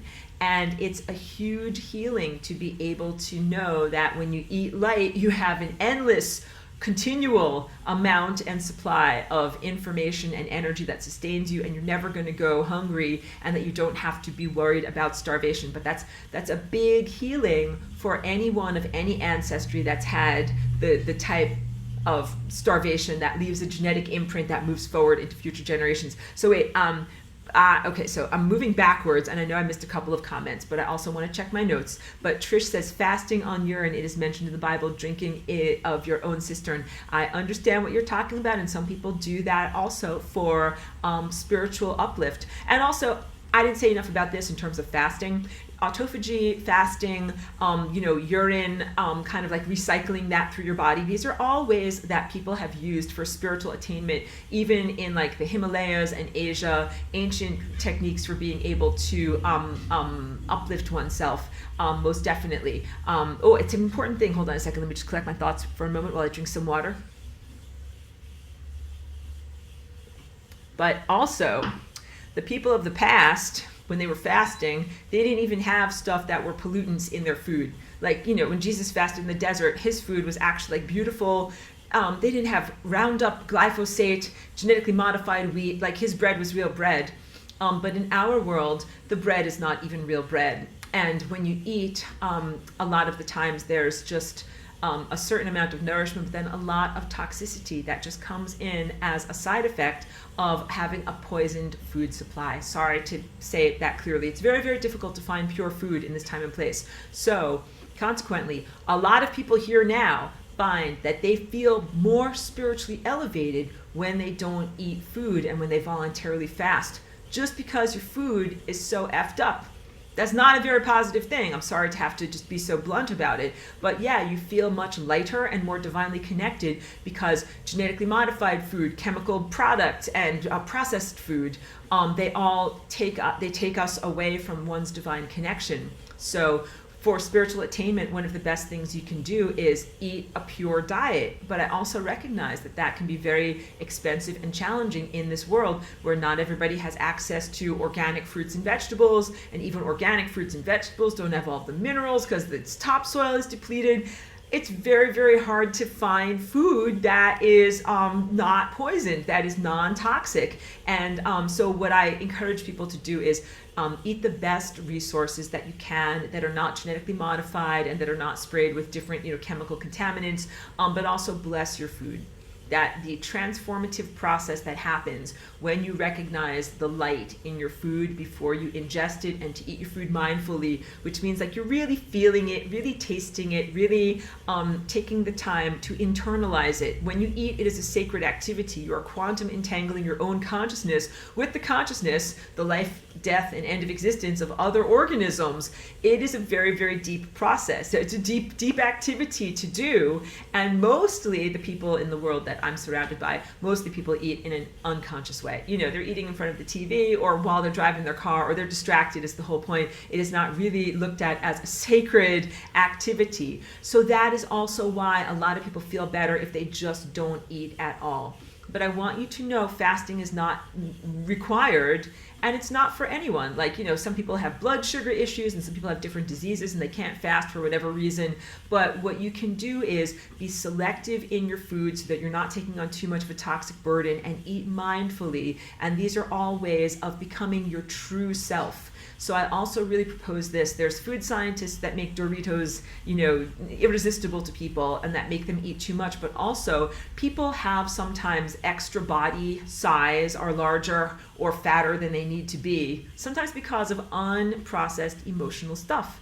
And I actually know a couple of people in my life that went through their process of emotional healing and their body size and body composition changed, because they let go of their emotional burdens. So if you don't release your emotional burdens, but you just do a ton of exercise at the gym, like, your body will change, but that's not necessarily making the foundation energetic shifts that are required, that when you make those foundation energetic shifts, your body size, composition, and shape naturally changes, and the point is into your optimum form. So I was joking a couple of weeks ago about the flying rainbow lasagna as a way to transform on a genetic level, but not in arbitrary patterns, in very specific patterns, so that you reach the state of complete health and vitality and divine connection, who you look like when you're the healthiest you can possibly be, not having like 12 heads or a face that's like shaped like a cupcake or whatever it is.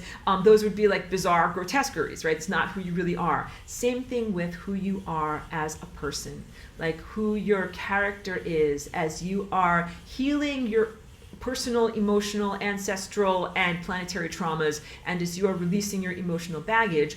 Who are you really? Do you look like like a Sports Illustrated swimsuit model? Like, that's not how everybody looks. That doesn't matter. That's a cultural ideal, but that's not necessarily how you're going to look. The key point is that you will look like your best version of self, because it might not be culturally normative, but it will be your healthiest version of self. And that is a big part of defining yourself as an artwork.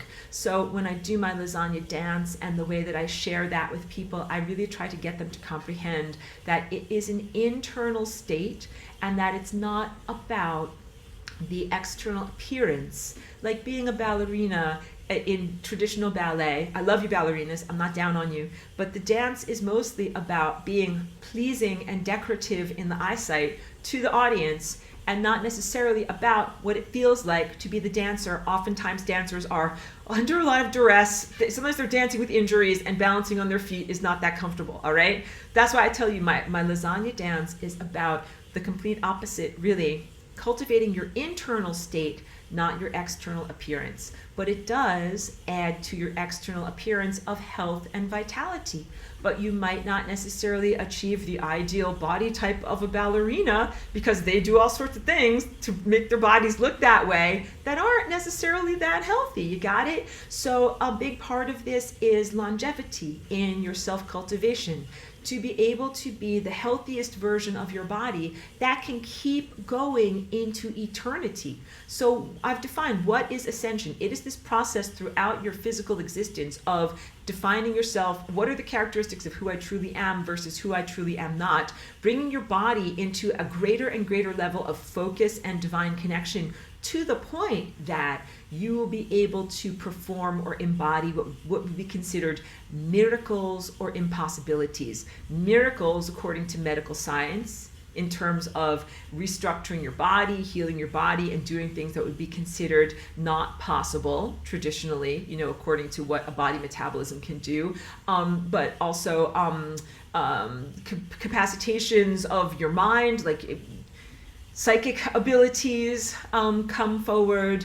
But all of this is not defined as being pleasing to the society around you, or arbitrary in any way. It's about becoming the person that you're always meant to become. So if I give you an insight based on ancient concurrent Atlantis, everybody there had like all sorts of different types of bodies and appearances that all were incredibly healthy and athletic and amazing, and everybody had different psychic powers. Not everybody was the same cookie cutter, and people had different types of abilities. Like there's everything from telekinesis and clairsentience and far distant talking. You can talk to 12 million people that live very, very far away, or you could talk to one person that lives very, very far away. You get it? Like these are different levels of capacitation, like to be able to focus on one mind or to be able to focus on 12,000 minds. Like these are different levels of capacitation.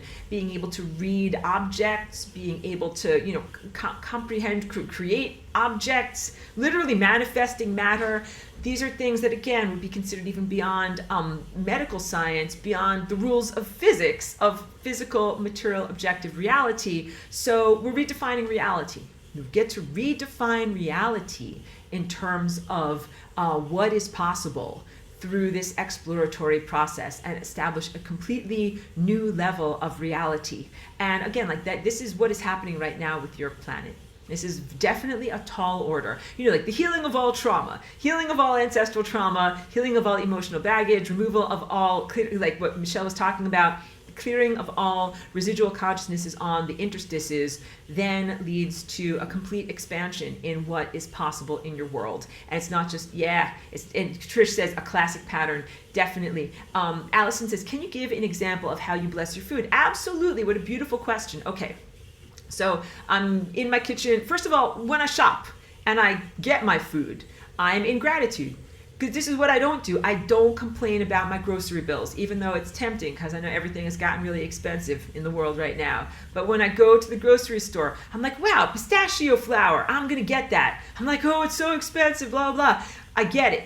And I say, I'm so happy and grateful that this is available to me. I receive this in gratitude. Every single thing, I'm receiving it in gratitude. And when I put my little card into the, payment machine at the front of the store, I'm like, wow, thank you, thank God, thank everything. I'm so happy and grateful to have this food, right? Even though you guys know, like, I'm not a millionaire and I gotta have a budget too. So I'm in the same boat as you. But my attitude is, I'm so happy to receive what I receive.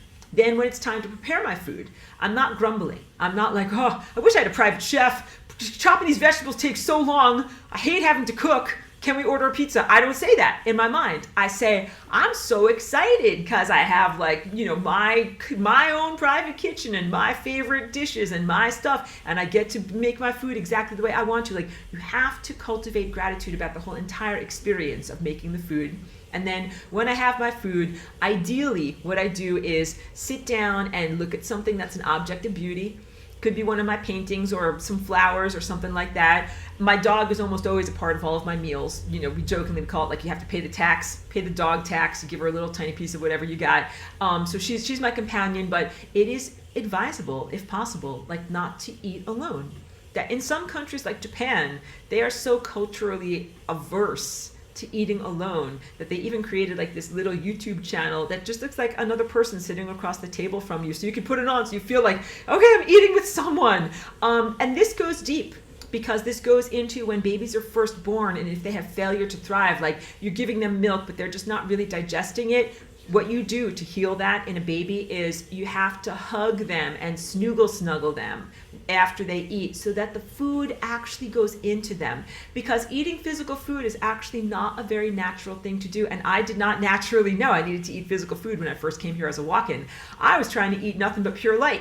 And I'm like, I don't know why I have empty ow inside, but I'm going to have to figure this out. And so then I learned about all this. And then I learned about people's bad habits and how not to eat. And then I learned how to do this in the right way. So I live on my own with my dog, but my dog is usually my companion. And ideally you have positive companions while you're eating food. And it's the equivalent of being snuggled when you were an infant, because you feel like you have a positive, safe, social presence around you. And you should not talk about bad news. You should not eat while there's the bad news on the television. It's very, very unpleasant, because you're eating your environment. You're eating everything that's around you. So during the dinner table, you should try as much as possible to talk about something that's positive or uplifting.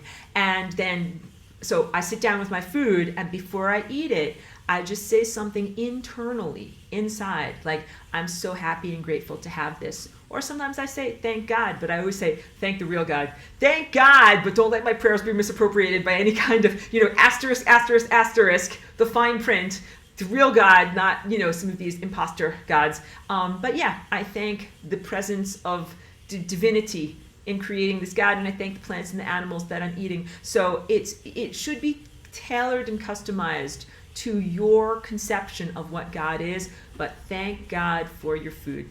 And in Japan, they're very like neutral. They just say, I am in gratitude for what I'm about to receive. And that's fine. If you're not even that much into having a worshipful relationship with a God, it's totally fine.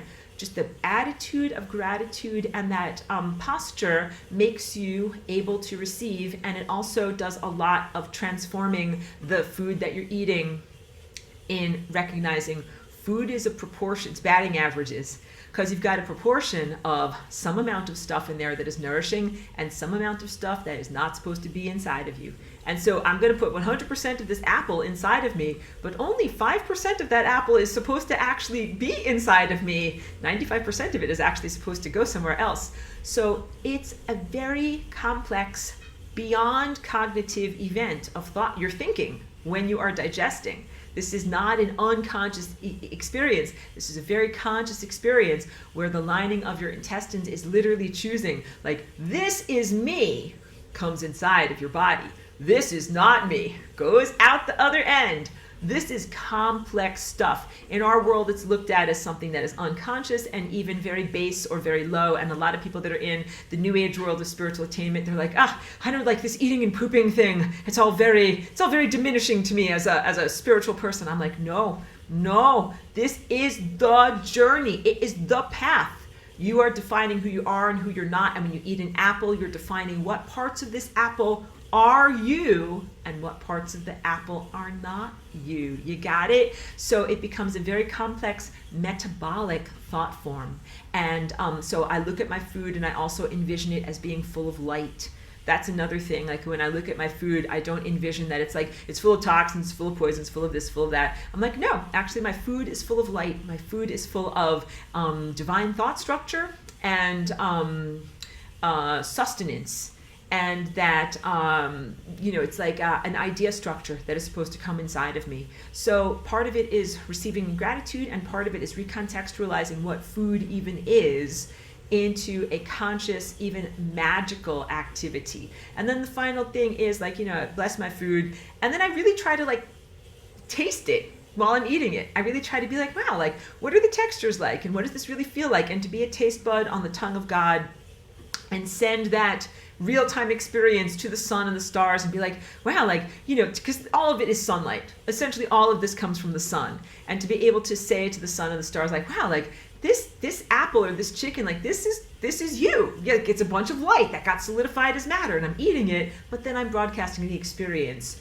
back to the sun as my real-time live stream of my life. That's how you eat. That's how you do food.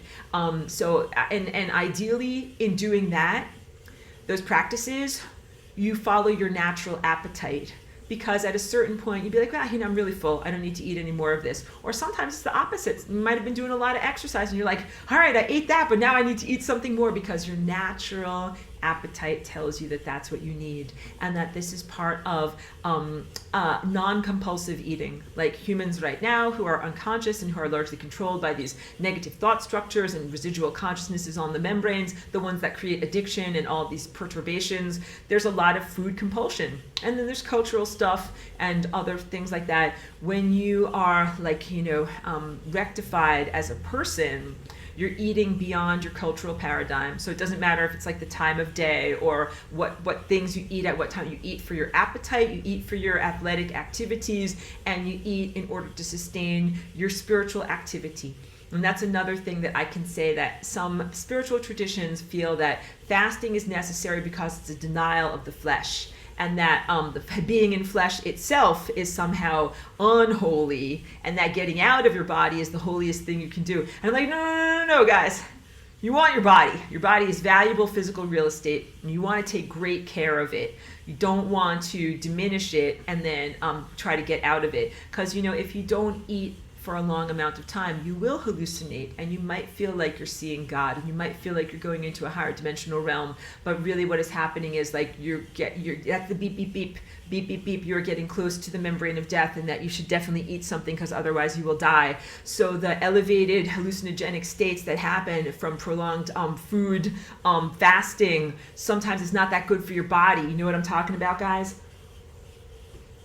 And what I promote in terms of awakening your higher senses and having a real spiritual experience is exactly like when you grow tomatoes in your garden. You can't just expect to have a flower and a fruit, the stuff that you want. I want the tomatoes in the garden. What you have to do is you have to build the soil. You have to have an adequate root structure. That's like taking care of the physical body. Then you have to have enough stems and leaves to generate energy and support the flowers and the fruits that you're making. Then you get to have the flower of your mind and the fruit of your ascension. But when people take like a molecular helper, like a DMT or some kind of magic mushroom or whatever it is, it brings a person directly to the flowering of the mind, but without the foundation of working on cellular physical health and fitness. Like, I want you guys to be like, do your stretching, do your yoga, eat protein, go to the gym, build muscle, and then do your spiritual, ascension experience. But a lot of people are like this, like, I don't want to go to the gym. Like, I want to go to a festival. I want to take DMT at a festival, and then I will have like my ascension experience. But a lot of that stuff is counter. It's not for health and vitality of the body. And if you did that every day, body would get very depleted, and the rock star lifestyle is not sustainable. And so it's essential to do all the good things. And I do model this for others. It's how I live my physical life, that I eat, the best food that I can afford. I do my stretching and my exercises every day. I take care and prioritize the food and hydration of the physical body as a part of spiritual ascension. And this also should be a fractal microcosm of how we all treat planet Earth. Because a lot of people think like this about planet Earth: throw it away, it's disposable. I can't wait to get out of here. I'm ascending, I'm shooting upward on an ascension pathway. Get rid of this stupid physicality planet. I'm done, I'm bored. I'm like, no, no, no, no, no, no, no. The physicality planet is super valuable real estate as well, and we don't want to get rid of physical Earth, and we don't want to explode it in a nuclear war, and we want it to be beautiful and healthy and fantastic. And that is also a huge part of the ascension process. So not the denial of the flesh, not the rejection of the flesh, not the rejection of physicality, not the rejection of materiality, and that includes commerce or sharing or making stuff or doing stuff. Have a physical life, do things that are important, live with meaning and purpose. You don't be defined by your, how much money you have in the bank, but you do stuff and you make stuff. You don't just sit around doing nothing in, I want to say in a non-engaged way. So people are here like denying their flesh and denying the physicality because they feel that it's just inherently unfulfilling or in some way not a part of the spiritual experience. I'm like, no. The flesh is the part of your spiritual ascension. Learning to love and take care of your physical body is a spiritual experience. And I'm not a parent, like I haven't had a physical child, but I really relate to parents. Anybody out there who's had a baby, taking care of your baby is a spiritual experience. It is a transcendent experience. Like you have to learn, like, does it like to eat applesauce? Does it want to eat, here, Chiki's here, she's gonna need a little food. What does your baby want? Does it want to eat like green peas? Does it want to eat applesauce? What does it want? Figuring that out is not like a silly mundanity. It's not a silly nonsense. It's not something where it's like, wow, I can't wait to finish feeding my baby and then I can finally go meditate and ascend and become a spiritual person. It's like, no. Figuring out how to care for a tiny human body is a transcendent spiritual experience. And same thing if you are a nutritionist, a coach, an inspirer, or if you're the person that cooks food in your house and takes care of your family who are, adults, not infants.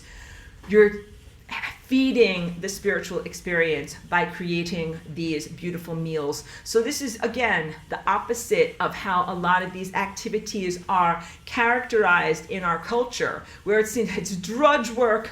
Going to the grocery store and making this food and cleaning up after it is such drudge work and it's not really important, and it's grumbling and all of those things. We have to totally reframe it and recontextualize it as an amazing and transcendent experience and a wonderful opportunity of responsibility, and to elevate the people in our lives that cook and prepare our food for us, because it's a major aspect of spiritual ascension and planetary ascension. So just learning to care for your own body, learning to care for the planet.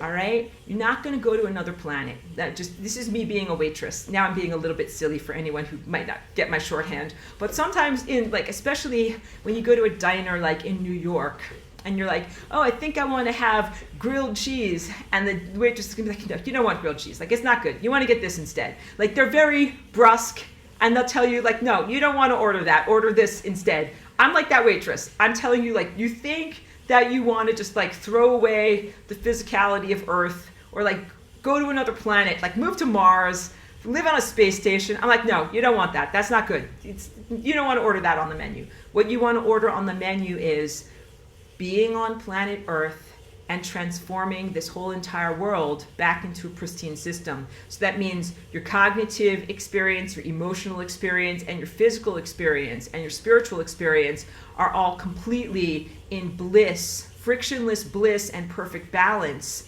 That's how it was intended to be here. And you could have a paradise state here in this world. But in order to do so, you have to do some of the things like what Michelle was sharing with us and what I talk about in terms of resolving these unresolved, essentially cosmic traumas. You've got perturbations and emotional residues of very, very ancient cosmic traumas. There's stuff that was even before the bad thing that happened on Earth. There's bad things that happen on Mars. There's bad things that happen on the planet, the rubble, that is presently not even a planet, but is an asteroid belt between Mars and Jupiter. There's bad stuff that happened on Venus. There's bad stuff that happened on Mercury. And there's bad stuff that happened in a whole giant arm of the Milky Way. Whole giant area of stars that are disarranged.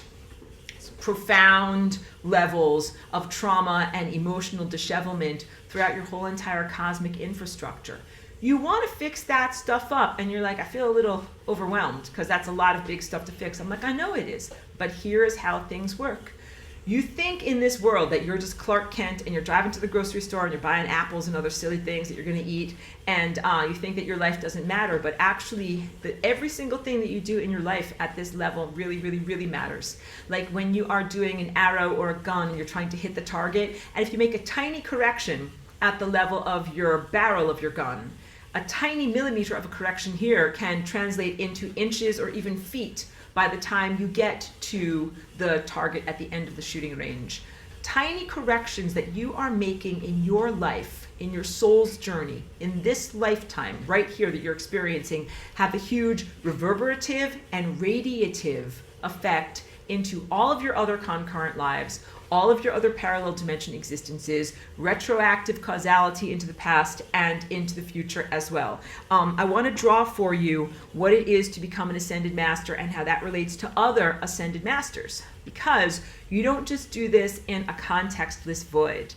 Let me erase all of this stuff and show you that ascension for a large group of many ascended masters is actually shaped like this.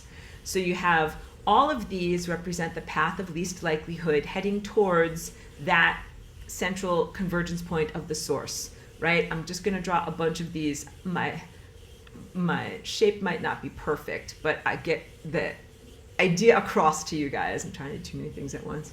Okay, so that's all the perfect ideal timelines that you will be on. And like here is one person's life vortex, right? But then let's choose another color and we'll draw the life vortex of another person. This is another person's life vortex. And then let's choose another color. And you begin to see there's overlapping areas of coincidence. And coincidence in math does not mean like randomness or inexplicable events that happen at the same time. Coincidence means that there are areas that overlap. So where you have these time vortexes, there are some areas where lives overlap. And then there are some areas, like the very, very final moments where you become an ascended master and exit the wormhole, where there is no longer an overlapping.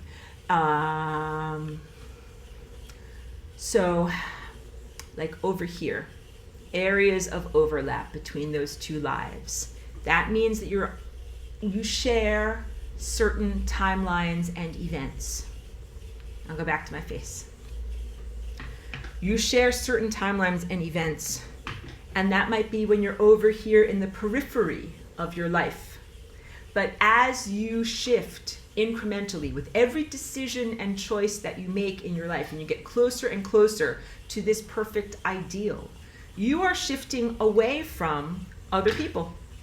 And at a certain point, you will have shifted away from alignment with all of these other people, and you will be on your own unique pathway. To their viewpoint, you have died, but to your viewpoint, you are in eternity. To your viewpoint, they have died, but they are actually in eternity. So this is very, very deep stuff. People are going to ask me, did I ascend in a previous life and now I'm back again through reincarnation? How does this work? And the real answer is you are concurrently ascending in every single one of your many, many, many lives. This is what I drew over here is a flat cross section. This is actually shaped more like a dandelion, the head of a fertilized dandelion that is spherical. These are all you. These are all you in very, very many different life circumstances and incarnations. And what is happening is that you are ascending in all of those lives. So wait, talk about incarnation. What is erroneous about human consciousness and the conceptualization of incarnations? They think it's linear and serial. So someone will say like, oh yes, I lived as Cleopatra, then I lived as Van Gogh, and then I lived as myself now. And it's like 1, then 2, then 3. But that is not how it works. You live all these lives concurrently at the same time. And any time that somebody dies, it means that that is the version of reality where they did not ascend. So we have actually very, very few stories to use as a template for existence of people who actually ascended or made it to a culminative moment in their timeline and did not die or have a mortality event. There are stories about the Iroquois teacher, shaman, holy man named Daganawida, Lao Tzu in the Taoist tradition of Asia, Enoch and Elijah, and a couple of other guys from the very, very, very Old Testament of the Bible, and a couple of other mythical stories of people that didn't actually die a physical death. There's actually a good book you can read. It's called Painting the Rainbow Body. And I found out about this. This is just, we're late in class, and this is where I start to tell stories. So I was in this monastery that was in where I lived in Woodstock. So Woodstock had this mountain that was right near it. It's a very amazing mountain called Mount Overlook. That was actually an interdimensional portal, like a miniature Mount Shasta. All right. So the whole entire town is very supernatural. And I used to walk up Mount Overlook all the time. And Mount Overlook has a monastery at the top of it that's called KTD. That stands for like Karma Traya something something. I'm sorry, I don't remember it exactly. It's in, I'm not a speaker of that language.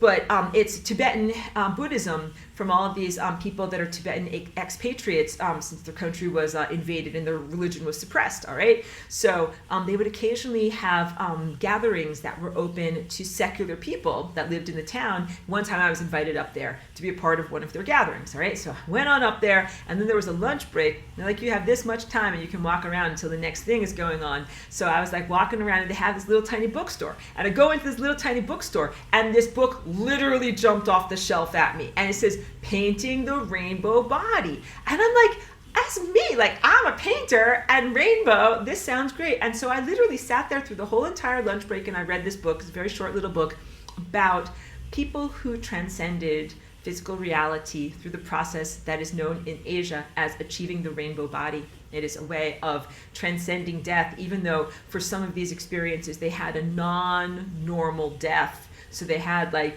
a time when they meditated to the point where they slowed down their body processes so much, and then they kind of like their remains shrunk down, or maybe they had a burst of light, like all of these unusual ways of transcending. Don't take it too literally, okay? Don't take everything that I'm saying too literally, but just understand, comprehend that these stories exist as like myths about what is possible in your human architecture, because there have been very, very few people that you can use as an example that this is even possible. Think of my friend who runs 100 miles. People never used to do that. People used to be like 26.2, that's enough. It's a marathon. But more recently, like within the past 20 years, people in Europe and United States, they started running 100 miles, because it used to be normal for like the Mexico, the Tarahumara, this Mexican native peoples, they would run 100 miles normally, and that's just how they get places. So they were doing it, but it was the interaction with that tribe, and then popularizing the idea, and then creating these mega marathons. Now everybody runs mega marathons, and you can do it because lots of people have already done it. Pardon me. So before the first guy ever ran 100 miles, he was like, can the body even do this? Is this even possible? He didn't get the idea for it until he met the Tarahumara, and then found out that they do it all the time.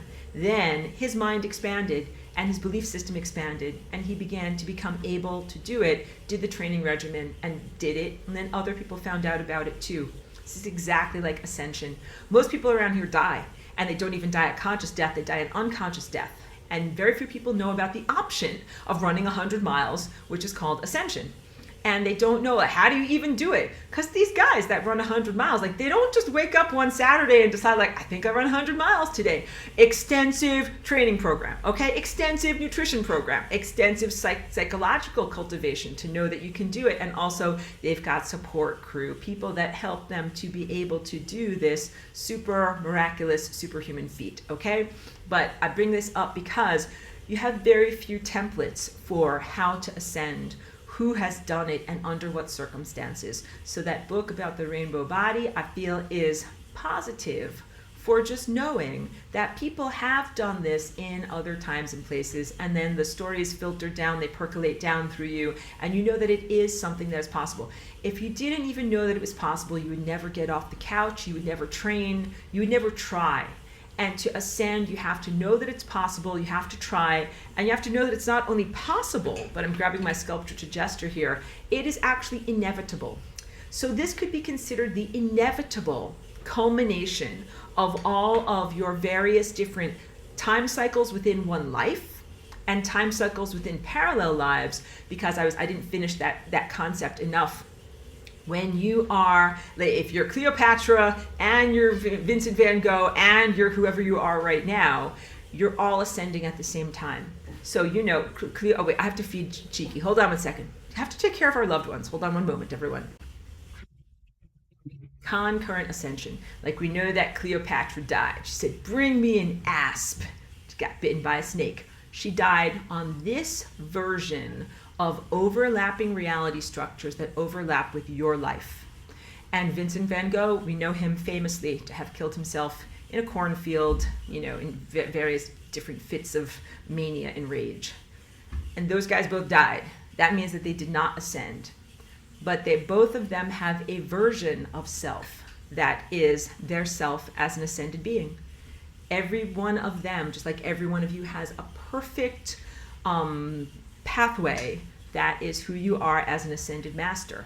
So you will all meet at infinity. That is the definition of what the source and the infinity point is. It is the overlapping of every single possible timeline, including the timelines where you do not die. So from the perspective of you, they have shifted away from you as they are going towards infinity and eternal life. You see them as having died, but really what happened is they found the clipboard with the red X's. Next time, don't let a poisonous snake bite you, and then go back and try it again. Get back in the game there, kid. Try it again. It's talking to Cleopatra. And then she has to go through her whole entire life again, get to that decision-making point and say, this time I'm not going to die by poisonous snake. Same thing with Vincent van Gogh. Different incremental choice changes throughout their lives that bring them to the point of not having the mortality event. As each one of those lives, that's you, is coming into greater levels of alignment with perfect divine perfection, you are similarly coming into alignment with perfect divine perfection. But to the onlookers that are around you, it appears as if you are dying, but you're not dying. You are continually, let's call it, refining your trajectory towards the timelines that keep you alive. And so you might have someone in your life that is like, I witnessed you die. You got bit by a poisonous snake or hit by a Mack truck or whatever it is. They saw you on a timeline that was not your eternal timeline. Because once you shift to your eternal timeline, you shift into a dimensional existence that does not coincide with or overlap with their viewpoint. So all of us have friends or family members or pets or someone that you love that died. It doesn't mean that they're in the trash bin and that they're not going to ascend. Far from it. It means that the areas of the time field where you overlap don't have any more overlapping roads. Like, you ran out of roads that overlap and you've gone in different directions or different vectors in time. But their consciousness continues to evolve to the point that they do become their eternal self. So they might also look different than who they were in their timelines where you knew them as a person who died. When you meet at infinity, when all of those timelines meet at infinity, you will meet the ideal ascended master version of every single one of these parallel and concurrent lives that you've been experiencing. But some of them might not be recognizable. So we know Vincent van Gogh as looking very scruffy and having one ear, right?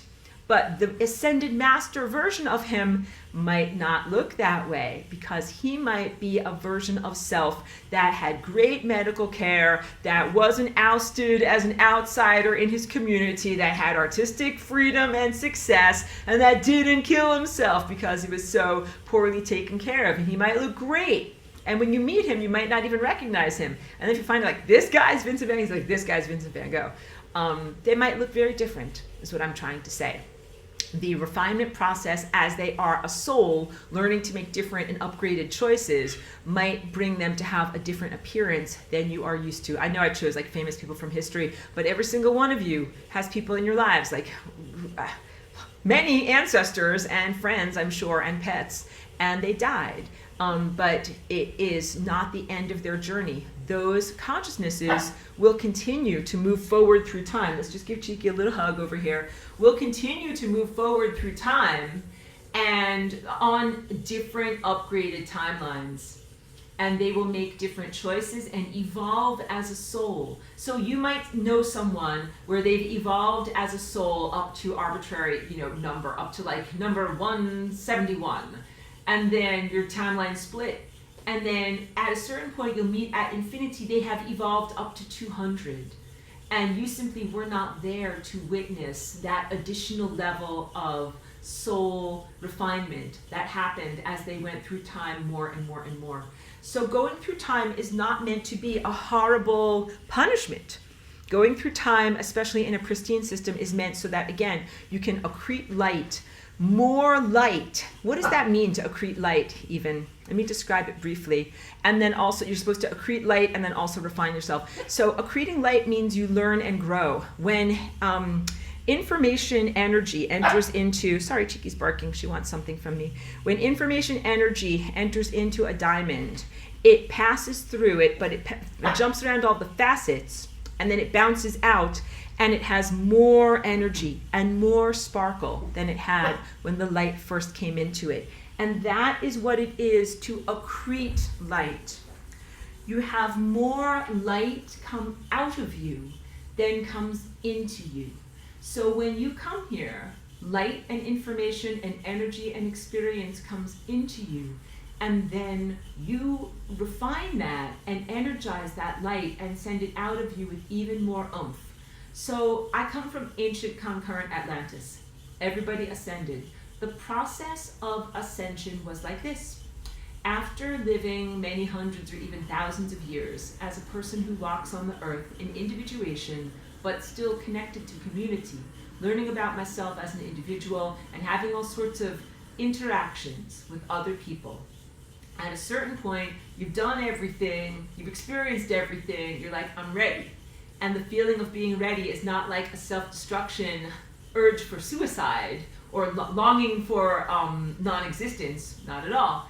It is a feeling of like having accomplished everything you need to accomplish in that circumstance. And then you would go to this very, very special mountain and you would begin perambulating, which is to go around the mountain in a spiral. And back then we didn't eat physical food or physical water. And that's why it's not like you would have to bring camping supplies. You did not have to make sure that you packed enough whatever, meals ready to eat or dehydrated foods or some dried fruits to stay alive. So the process of perambulation could take days, weeks, months, years, as long as it needs to take. And it was a spectator sport, quote unquote, where your whole entire community would watch you ascend. And you would go through a retrospective of your whole entire life existence. Everyone that was, let's say, a significant interactivity, you re-meet them. You meet again as you are going up this mountain. And you learn about yourself, and you learn about life, and you learn about the structure of reality because you re-encounter these people, and everybody has a puzzle piece of you, your light. You have had an interaction, you sent out light to these different people. And then when you interact again in the process of your ascension, you receive your light back to you. But receiving your light back is not always like fun and pleasant. Sometimes you meet a person and you're like, it's you. And they're like, it's you. And you hug. And that person is like, when I needed you, you gave me kind words and you really uplifted me and you're an amazing person. And light flows back to you and you're like, oh, you're ready. You're ready to go on to the next interaction. But sometimes you meet someone on the path when you're perambulating and you're like, it's you. And the guy's like, it's you. And you're like, we had a real conflict. And in Atlantis, we didn't have like conflicts where you fought to the death or anything like that. But you had ego conflicts. And the guy might be like, we really fought with each other a lot and argued a lot and had a lot of friction. You're like, I know. And you hated my guts and I hated your guys. It's just, I'm hyperbolizing here. And then the guy says, you know what? I learned a lot from you. I learned this and this and this, and I grew as a person. And even though I haven't talked to you for 500 years, now that we meet again, now I can say thank you for everything that you taught me. And then all of that light flows back to you. So sometimes even the knuckle biters, the relationships where you're like, is this going to be okay? I don't know. Is this going to be okay? I don't know. You meet those people again, and you're like, not only is it okay, but they respect and recognize you. Respect flows. And when that happens, your light comes back to you. And by the time you are done retrospecting your whole entire existence and you get to the top of this mountaintop, you are full of light. You are full of the light that you have given out to others that has now come back to you, but it comes back in a brilliant form. It's energized even more than it was before. And at that point, you don't have to be on the surface of the planet in order to sustain your existence. You are able to transcend and go into the next layer of reality where you're not affiliated with the Earth's surface. The people that live on Earth's surface live on Earth's surface, but you have ascended and now you live as part of a rotating collective that circulates around the planet. You're still connected to the sun. Through here, you eat sunlight through here, but your feet don't touch the ground. And what you do is you sustain one another. So you're in a band that's like a symphony with all of these other ascended beings. And your dance and everything that you're doing when you dance with your dance partners going around the earth and looking at the sun all the time creates reality structures for the people that are on the earth. All right? You dance into existence and it have a huge impact on the next class. Like you graduated, you're part of a graduating class, and you're sending out emanations that are affecting the kindergartners and the freshmen that are down there. All right? And to their perspective, you haven't died. They don't mourn your loss. It's not like here where someone dies and then they're bye-bye and you can't talk to them anymore. In this case, when you ascend, you're still accessible, but you're in a totally different level of reality. And we can see you every day. Like we can see you going across the sky. We don't miss you because we know that you're there and we know that you're creating our reality and we can see you going across the sky. And then the final level of ascension is when you're able to untether from the planet herself and then just become an impulse on all of the stars. And that is what my collective, Aurora, has done. We got together as a band, becoming one of these rotating collectives going around the planet, and then we became like a consciousness spore, like a seed, a positive spore. That is the culmination of all of these consciousnesses that lived on Earth, got themselves together in a perfect harmonic integration, and then went onward into the next level of reality. So I bring this to you now because the process of ascension for you now is different, but the transformation and the experience is still analogous. You don't go out of existence. It is not like death, non-existence. It is not like the traditional Christian view of heaven and hell afterlife. It is not like that at all. It is very much still a living, vivified existence, but in a different state. As your energy becomes refined, you enter into a higher state of capacitation and responsiveness. You see more and know more and do more as a light being. And you have more muscles and you can get more done, but you're more responsible. It's exactly like the process of adulthood when you're like, yep, you're not just a little kid living with your parents, you're an adult and you have to be responsible for yourself. And that is what it's like. Like when you're living on your planet, you're taking care of yourself, you're taking care of your planet. But when you become a galactic being, you're taking care of the whole galaxy, you become an adult, and your thoughts and feelings and the things that you think and the way that you affect reality with your mind has a big impact on reality. So, like just when you become an adult in a democracy and then you're able to vote and control, influence the politics of your community, you create reality structures. You become more capacitated in life with your mind, your emotions, and what you make happen. And this is analogous for what is going to happen to you in this process of ascension here now, that you are transforming and metamorphosing, changing state into a more pure light being, less material, more light, more ephemeral. And as you do that, that's like growing physical muscles that allow you to be able to float or live in a quantum indeterminate state that is not the state of pure materialism. And you're also recognizing that you're creating and generating your reality and reality structures for other people all the time. And then you get good at what you're doing in terms of creating reality structures, and you get good enough to be able to become like a generative force. Get off the planet, because right now the planet sustains you. The planet gives you plants, and the plants sustain you. Erroneous humans think like, I'm going to build a giant metal space ark, and I'll get myself and 2 of every animal on top of the space ark, and we'll grow potatoes in space, and we'll support ourselves, and we'll go from planet to planet. You can't do that. You literally cannot do that. You will go crazy if you do that. If you disentangle from the planet prematurely before you're ready, it's like premature birth. Like, you're not ready to sustain yourself. You're trying to eat plants while you're still, evolving to eat pure light. The way to get off of your planet is to learn how to eat pure light. You have plants as an intermediary because you can't photosynthesize. So you have a planet for your plants to be intermediaries, to translate light into physical matter. And you're not ready to leave your planet until you are ready to eat light directly, and you don't need plants anymore, and you don't need your planet anymore. But that doesn't mean that you can just destroy your planet with a big giant laser beam or whatever. Like, see ya, I don't need you anymore. I'm free, I'm out of here. Like, snap, I'm out the door, I'm out of here. I don't need your stupid planet. No, far from it. You need that planet. That's real estate. It's what you are connected to in terms of your causality structure. You need that place.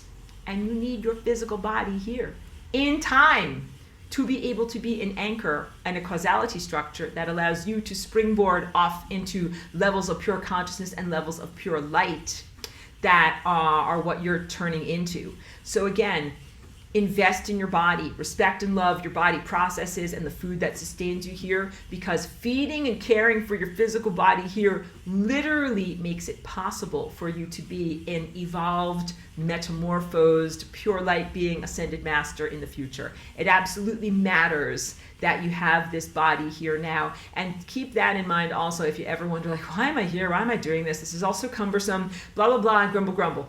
Just cut the grumbling, because you're doing some really important deep foundation work of making the root system for your plants, the plant of your evolution that will eventually give you flowers and fruit.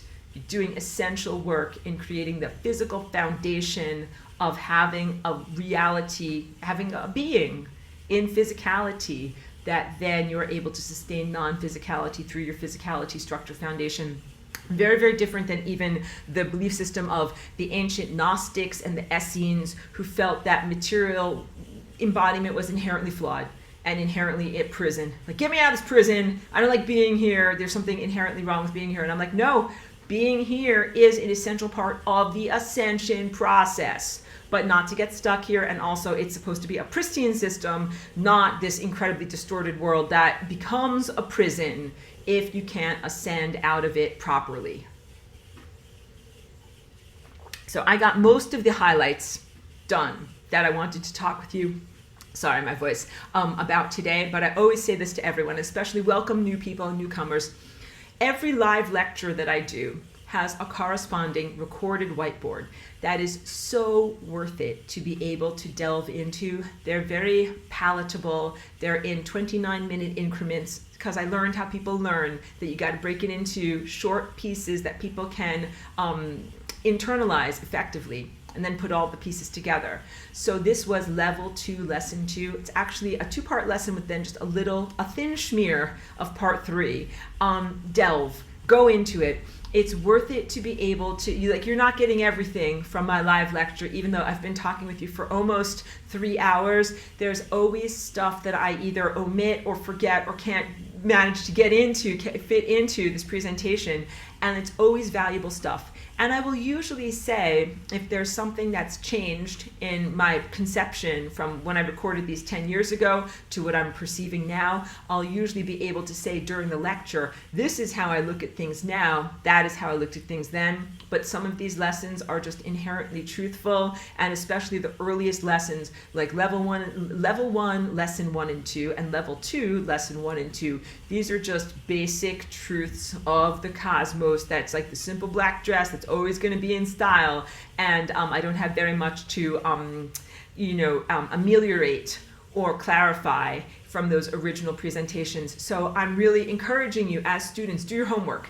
And not just being this type of a teacher, do your homework. You will benefit from going into those whiteboards and watching them, because there's really very clear information. You know, when I did those, I'm a visionary. I do all of my work from inner vision. So I do my paintings because I see it in my mind. And when I did those whiteboards, I would sit down and I would get just a very clear connection of everything that I needed to say. And I re-listen to my whiteboards almost every time before I do a lecture. And I'm always amazed. I'm like, wow, like I said that 10 years ago. I said that 10 years ago. And I'm impressed because of my clarity and my accuracy and how much all of those things remain relevant to what we're going through right now. Like I was talking about the ascension process. It's like if you're going to do natural childbirth, and you take all the classes and they tell you like, look, you're going to feel contractions. Look, your water's going to break. Look, you're going to have to do this and that, get that baby out. I was telling you guys this 10 years ago, and it was very, very good and very, very positive. And now you're at the point in your spiritual pregnancy where you are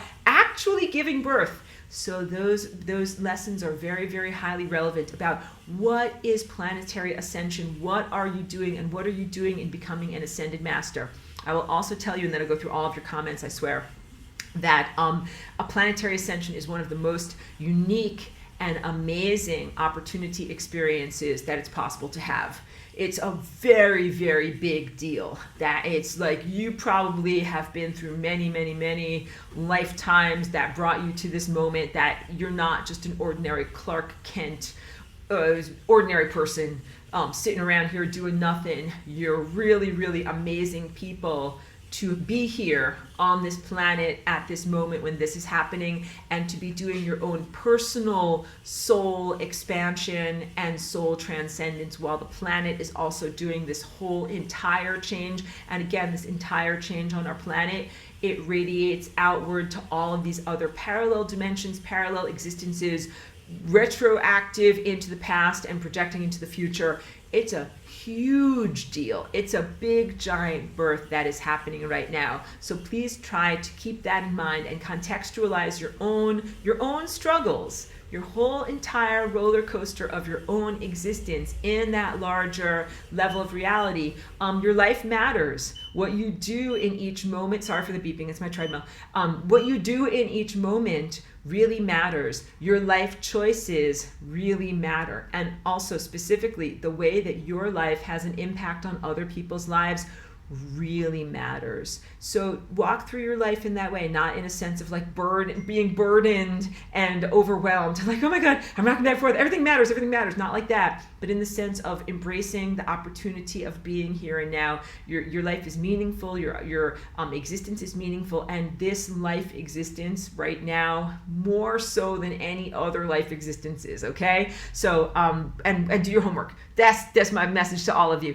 So wait, first I'm gonna go to the more sooner ones, then I'll rewind to go to anything that I missed. So apologies to anyone who made great comments, because I really do appreciate the interactivity and the attentiveness of you as students. So Trish also says, diminishing our perception of ourselves. Once we think little of ourselves, like vibrating in the Puti's frequency range, they can then use our energies and run us out. So first to push down, then they hook and control. I understand the sense of writing a story about you, telling you that you're less than you actually are. That's it. And then when you feel diminished as a person or defined as something that is flawed, broken, or like the religious definition saying that you're a sinner, your innately sinful nature, and then Trish is correct, the sense of behavioral control that comes from that diminishment. And that's pretty much also MK Ultra and other forms of mind control and behavioral control. First you break a person's spirit and their personality and their willpower, and you tell them that they're nothing, then you can control them. So there's a lot of that paradigm going on in religion and government and all these behavioral control systems. And I love what Trish says next. She says, eat broccoli sprouts, your sponsor. I know, so I forgot to say at the beginning of today's class that this wonderful teaching on ascension is brought to you by, wait, where's my sprouts? They're over here. Let me grab my sprouts. It is brought to you by Aurora's dehydrated broccoli sprouts. And I have to have like a funny little commercial. No, I'm sorry to be so silly and so lighthearted on such a deep topic. But yeah, Something, guys, like I'm a person of integrity. No one owns me. No one controls what I say or do. And this is why I do stuff like this. So I'm my own sponsor. I have a wonderful side business and I grow all of these myself. I'm looking at them right out the window right now. They're in my outdoor racks over here. I grow beautiful, non-genetically modified broccoli seeds. Why do I do? And I turn them into tiny plants like this. Then I harvest them and dehydrate them so that way they're shelf stable and I can send them to you. And this is like a pound of broccoli. So it's a lot that gets concentrated down into a little bag. Why do I do broccoli? Why is it?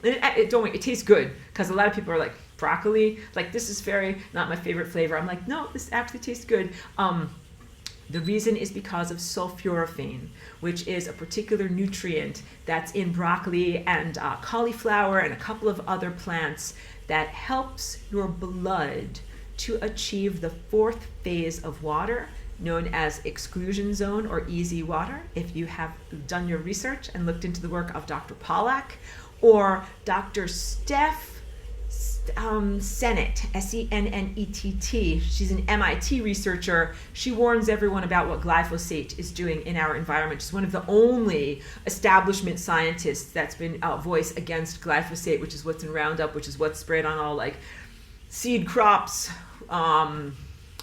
wheat, all these different grains. It's one of the reasons why I avoid grains, but it robs the body of sulfur.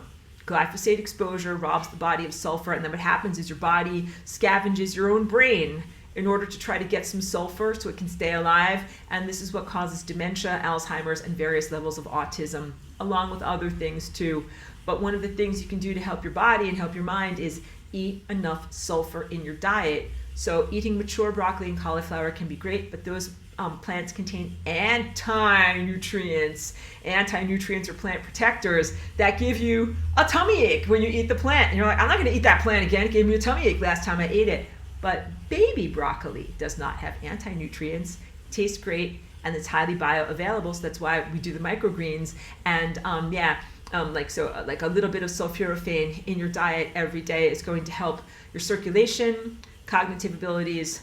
It's anti-inflammatory, it's great for gut health, and also has huge anti-cancer benefits. So there's so many different reasons to eat it. So to rewind, like a year ago, I was growing my broccoli greens. I'm selling them to my various community members, and I was like, these are for my customers. I'm not going to eat them myself. Like, like you're doing the right thing for your business. I had a bunch of extras. I ate them for myself, and I was like, I feel supercharged. I feel supercharged in fighting the pooties, in claiming my mind, in claiming my willpower, in all of these things that I talk about here as part of your spiritual attainment.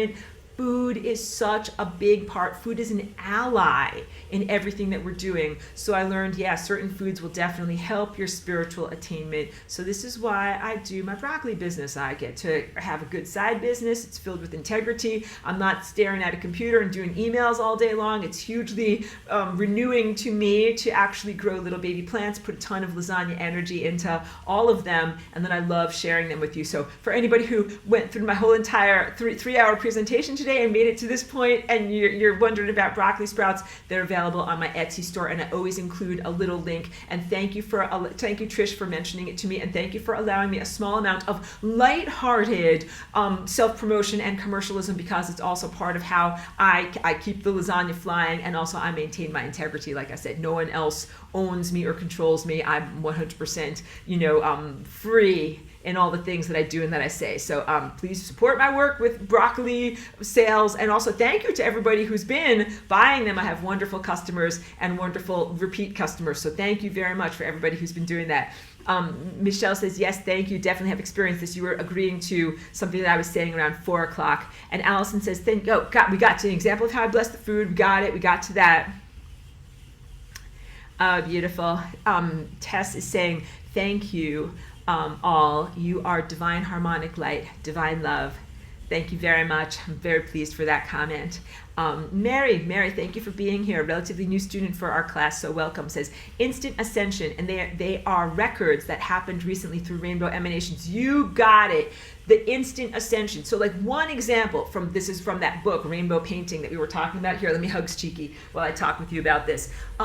This woman who was like a wandering mendicant, a nun, like a meditator in Asia, and she went into one of these little buildings of a farmer because it was very normal in their world, in their culture. Like if you need to kind of like have a place to live, like they didn't have a place to live. They were wandering mendicants. They begged for their food.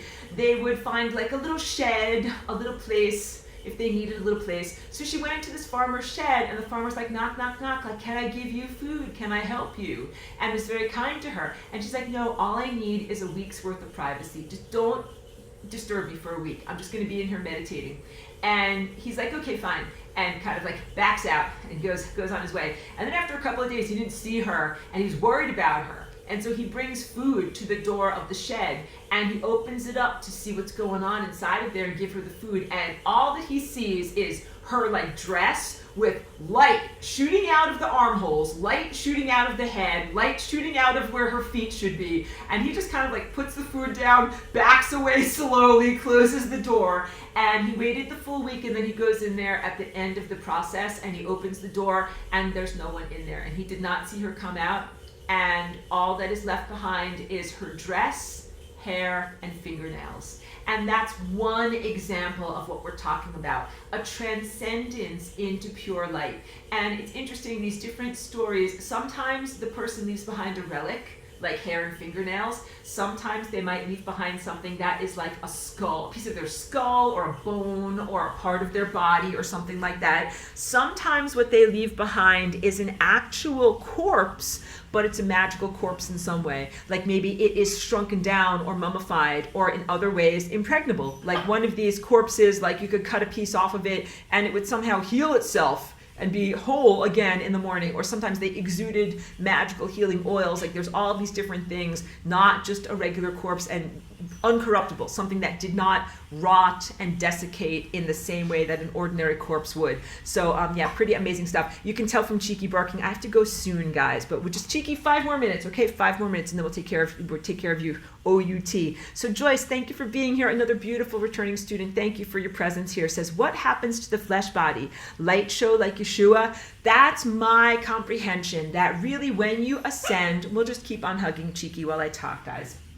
When you ascend in that level, really, really successfully, you turn into pure light.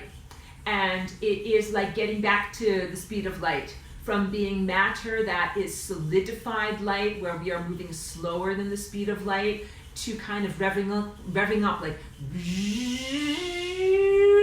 and then get back up to light speed. And I think that that's what it is like a flash of light, or undulations of light, or becoming a pure light presence, and then existing in the realm of pure light.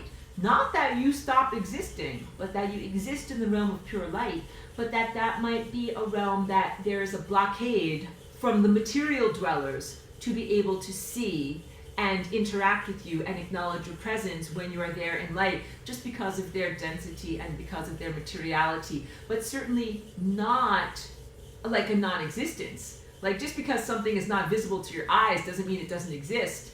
It means it exists, but it's in a time, place, or format that you cannot perceive effectively. And that is essentially what happens to these consciousnesses that become ascended masters. So yeah, I think that that's what happens, and I think that that is what is going to happen in our planet.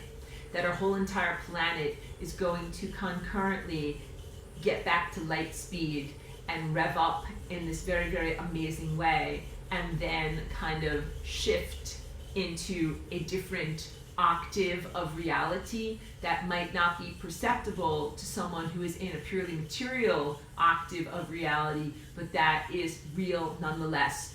But I'll say that's a very, very loose prediction, because we're also doing something that is innovative that we've never done before, and so it can take surprising shapes. And I think that we have to be open to that as well, that sometimes things might be beyond our expectations, maybe even better than we could have expected, but certainly not necessarily the same.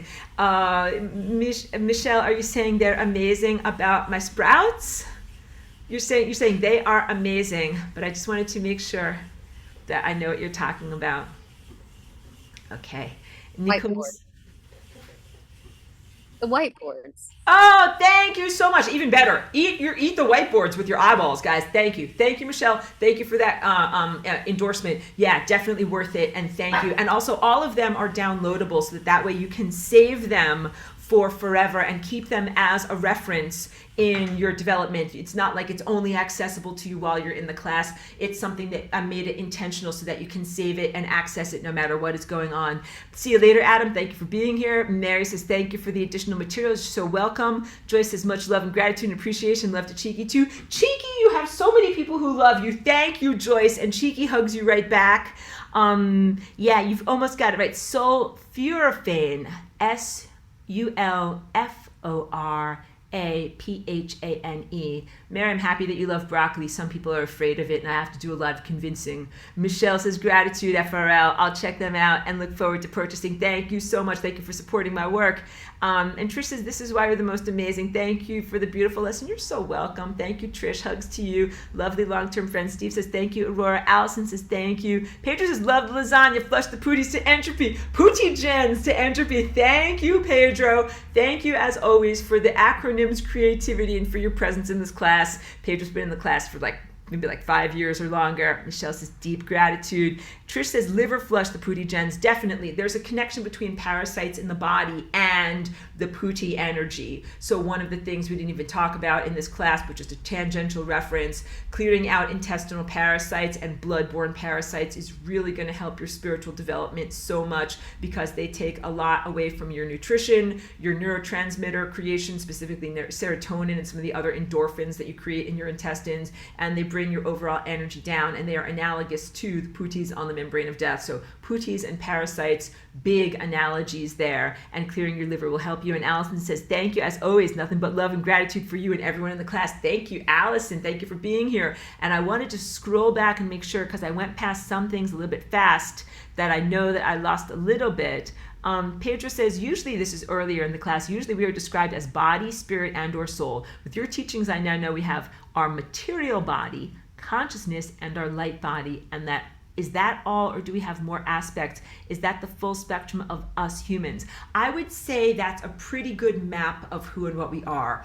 Pure consciousness, which is like the impulse that initially creates the stretching of the fabric of time-space. Then we have that energy body, which is your body of time possibilities and probabilities, and then you have your physical corporeal body, and I think that is pretty accurate. I'm not that much a descriptor of people saying like you have an astral body, which would be like an imagined body of like how you think of yourself when you're in a dream or when you're in an imagined state. I think that those are really thought form projections that are not coherent or eternal. It's more of a handy shorthand for your present level of experience. But you won't, like people think like when you die, you'll have a ghost shaped like you. And if you die in this dress, this will be your dress for forever. But it's not like that. It's not like that. You will not have a ghost shaped like you. You understand? So your energy is amorphous. Your energy of consciousness is amorphous. It doesn't have a shape like your face. It is a pure energy of awareness.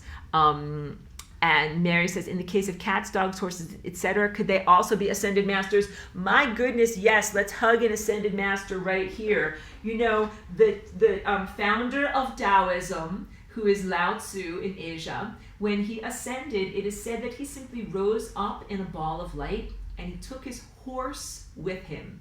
So I am totally a proponent of the idea that like Cheeky and some of these other animals are incredibly amazing, highly perceptive, highly emotionally evolved consciousnesses that are in our lives for very, very real purposes. Cheeky gives me and our whole community so much spiritual uplift, so much love. She's been a total protector of me through many different demonic attacks, and even she's come into my dreams many times in order to kind of like get me out of different circumstances and protect me. And she goes into other people's dreams too. Like we meet our friends around town, like Cheeky was in my dreams last night. She was getting me out of a burning building or whatever. She was protecting me from a snake or whatever it was. So Cheeky's very, very valorous and courageous. She's a tiny chihuahua, but her spirit is very, very grand and large scale. And I've met a couple of other amazing dogs, amazing cats, and yes, horses. So I think that we need to move beyond the egocentrism of our species, the anthropocentrism, and really be in recognition of so many other organisms. You know, you will have ascended blades of grass. In the world of ascended earth, you will have ascended blades of grass. Think about that.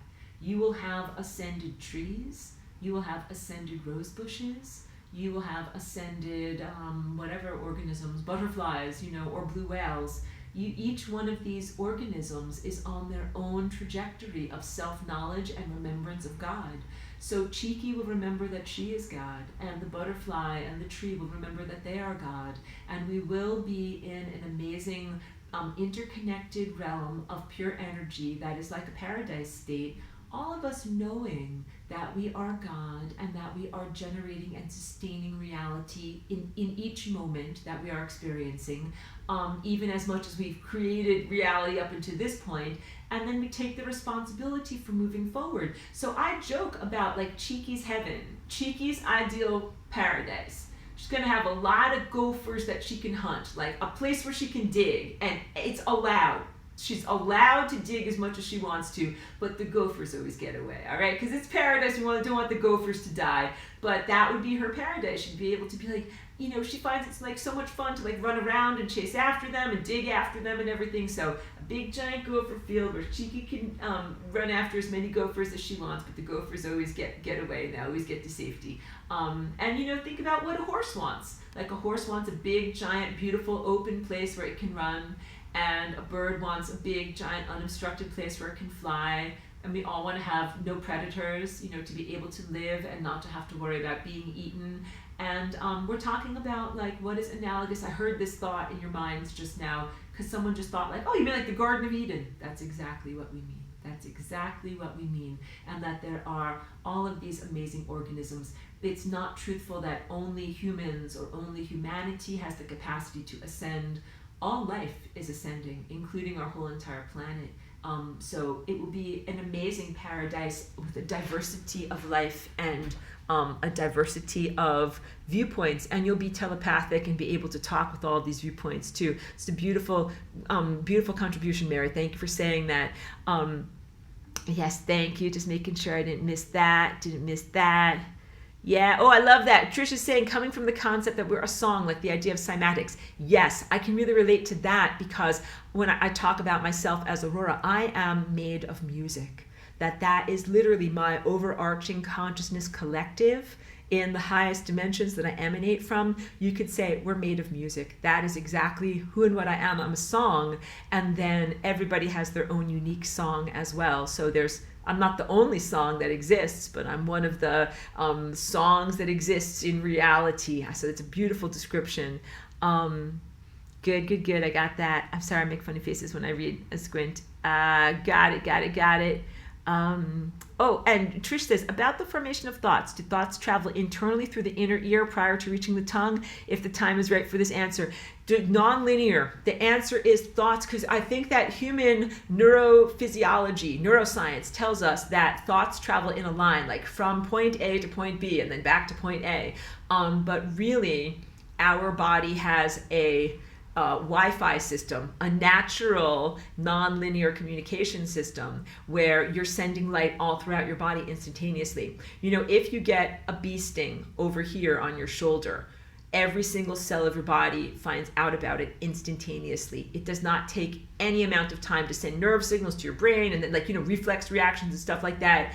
It is an instantaneous histamine reaction where all of a sudden your whole entire body goes into overdrive. And it's proof you have faster than light communication within your whole body. So the answer is really for a thought to reach from your cognitive areas to your language areas to be able to share it with others. It's not a linear journey, it's a non-linear journey. But I'll also admit sometimes I have trouble connecting my mouth to my brain. However non-linear the journey is, I'm like, there are some definite time lags happening here that I wish it was easier. Pedro says, we have the rainbow lasagna to erase the bad taste. Thank you very much. Yes, for when I ask for a mental sorbet of all the trauma that you've been through. Let's make it a flying rainbow lasagna flavored, lighthearted sorbet so that we can not erase the trauma. We can transcend that trauma, get rid of the bad taste, and also, I definitely use lightheartedness in order to talk about some very, very disturbing topics. Bad things have happened to this planet. Bad things have happened to humanity. There's been a lot of rape and murder and bad stuff. And I use lightheartedness not to diminish the victim experience or survivors of that, but to even have a way to be able to talk about these things so that it's not quite so distressing and it's not just going to re-traumatize us by looking at this bad stuff. So humor and lightheartedness is meant to help, not to dishonor the very real, harm of trauma. Good. I have to squint extra because these are small words. Aurelius, thank you, says, things seem to only turn out badly for me when I feel fear, and when I feel good, they seem to turn out well. Many people have said to me, lean into the discomfort and do it anyway, but then it has always gone badly every time I don't listen now. I wonder what makes it that way. I don't know. Maybe your fear sensors are working effectively. Maybe you're well calibrated. Maybe you really should listen. If something says, don't do it, then you're like, I'm not going to do it. So I hope so. I would hope so for you, and I hope so for humanity, because it is its own level of fragmentation and distress to be given artificial fear signals that then keep you away from the very exact activities that you should be doing. Michelle says, I think I uploaded all the interstitials to the great galactic central sun today, so that might be a thing. Double check me, please. I will. I actually needed more time and focus before class to be able to do that, and I was busy going over my notes. So after I complete and after I take care of my little Ascended Master dog, I'm going to check on it, okay? Thank you so much, and thank you for the work that you do in rectifying reality, because it is recognized. Recognition flows. Thank you for your efforts. Beautiful. Got that. Pathogens, pootygens. Yep. Good. Good. All right. Just a little bit more. Good. Down here at the bottom. I'm almost there. Thank you. I love seeing your positive comments towards me, guys. It helps keep me going. Good. All right. So Michelle says, such a full body of information. Privileged to learn from you during this time. Excited to be here, family. Thank you so much. Thank you for your presence. Thank you for your contributions. And thank you for the recognition, because definitely helps me to keep going on the marathon. Linda says, always an adventure and reinforcement. What are pootygens again? So we're making up more fun words. Pooties, who are the extra occupiers of the interstices that are like unhealed pathogens in the world, and pathogens. And pathogens would be defined as anything that is a non-life-giving organism. Viruses, bacteria, but also fragmented entities or cancers or things that are not life-giving, or pathogenic mind structures and things like that. So it's a good neutral term. It's better than evil demons from hell, even though they can also be described as that, but just getting away from the religious stuff. But pootygens is a pretty, lighthearted way of talking about it. Love to all, light to all, gratitude. Thank you very much, Linda. Understand, Michelle, have a beautiful night. Signing off. Pesky occupiers, the interstices plus pathogens, we got it. Yes, we've been having tons of rain here, and that Cheeky is not very pleased about that. So she's been a little bit grumpy, and we had 5 minutes of sun. So we did get outside and do some good activity for Cheeky today. Michelle says, blessed to meet Cheeky and thrilled to have connected with all my current and previous ascended souls. Totally. Cheeky and I are soul mates. And we are together for the eternal journey. I'm telling you, it's true. Your soulmate can be a dog. Yep. And Mary says, thank you, my soul cat mate. Just transition all, knowing we had been together in another existence. I miss him, and this conversation is so uplifting. I'm very sorry for your loss, because these are real family members. But think about it like this. Your cat shifted and clicked incrementally closer to the timeline where your cat is an ascended cat master. And it looks like your cat died or passed on, crossed over from your point of view. But what actually happened was that timeline for your cat ended, and then it went back to the beginning, and it had a slightly different, refined level of its experience until it gets to the point that it becomes its ascended master self. So its journey doesn't end. It's truthful of all of our friends, lovers, relatives, and people that we care about. Their journey doesn't end. They keep on going through this refinement process, and you will meet them again at infinity, but they might also look slightly different or have different qualities than from when you knew them. Aurelia says, I've often noticed reality seems to operate by different rules for myself. So I always listen now, even if it doesn't make sense. If it works for others, thank you so much, Aurora. You're very welcome. And I'm happy that you personalize things to yourself, because not everybody, it's not an off the rack, one size fits all journey at all. It's completely unique. So thank you for the blessings and positivity on me and Cheeky. We are going to get Cheeky outside right away. So I'm going to say thank you to everyone who is able to be here for the actual live lecture in class. Thank you to the new people who are finding my work. Thank you to people who are sharing it with their network. That's how more people in Germany are finding out about me. I always hope that my languaging is comprehensible to people. Thank you to everybody who catches the archive.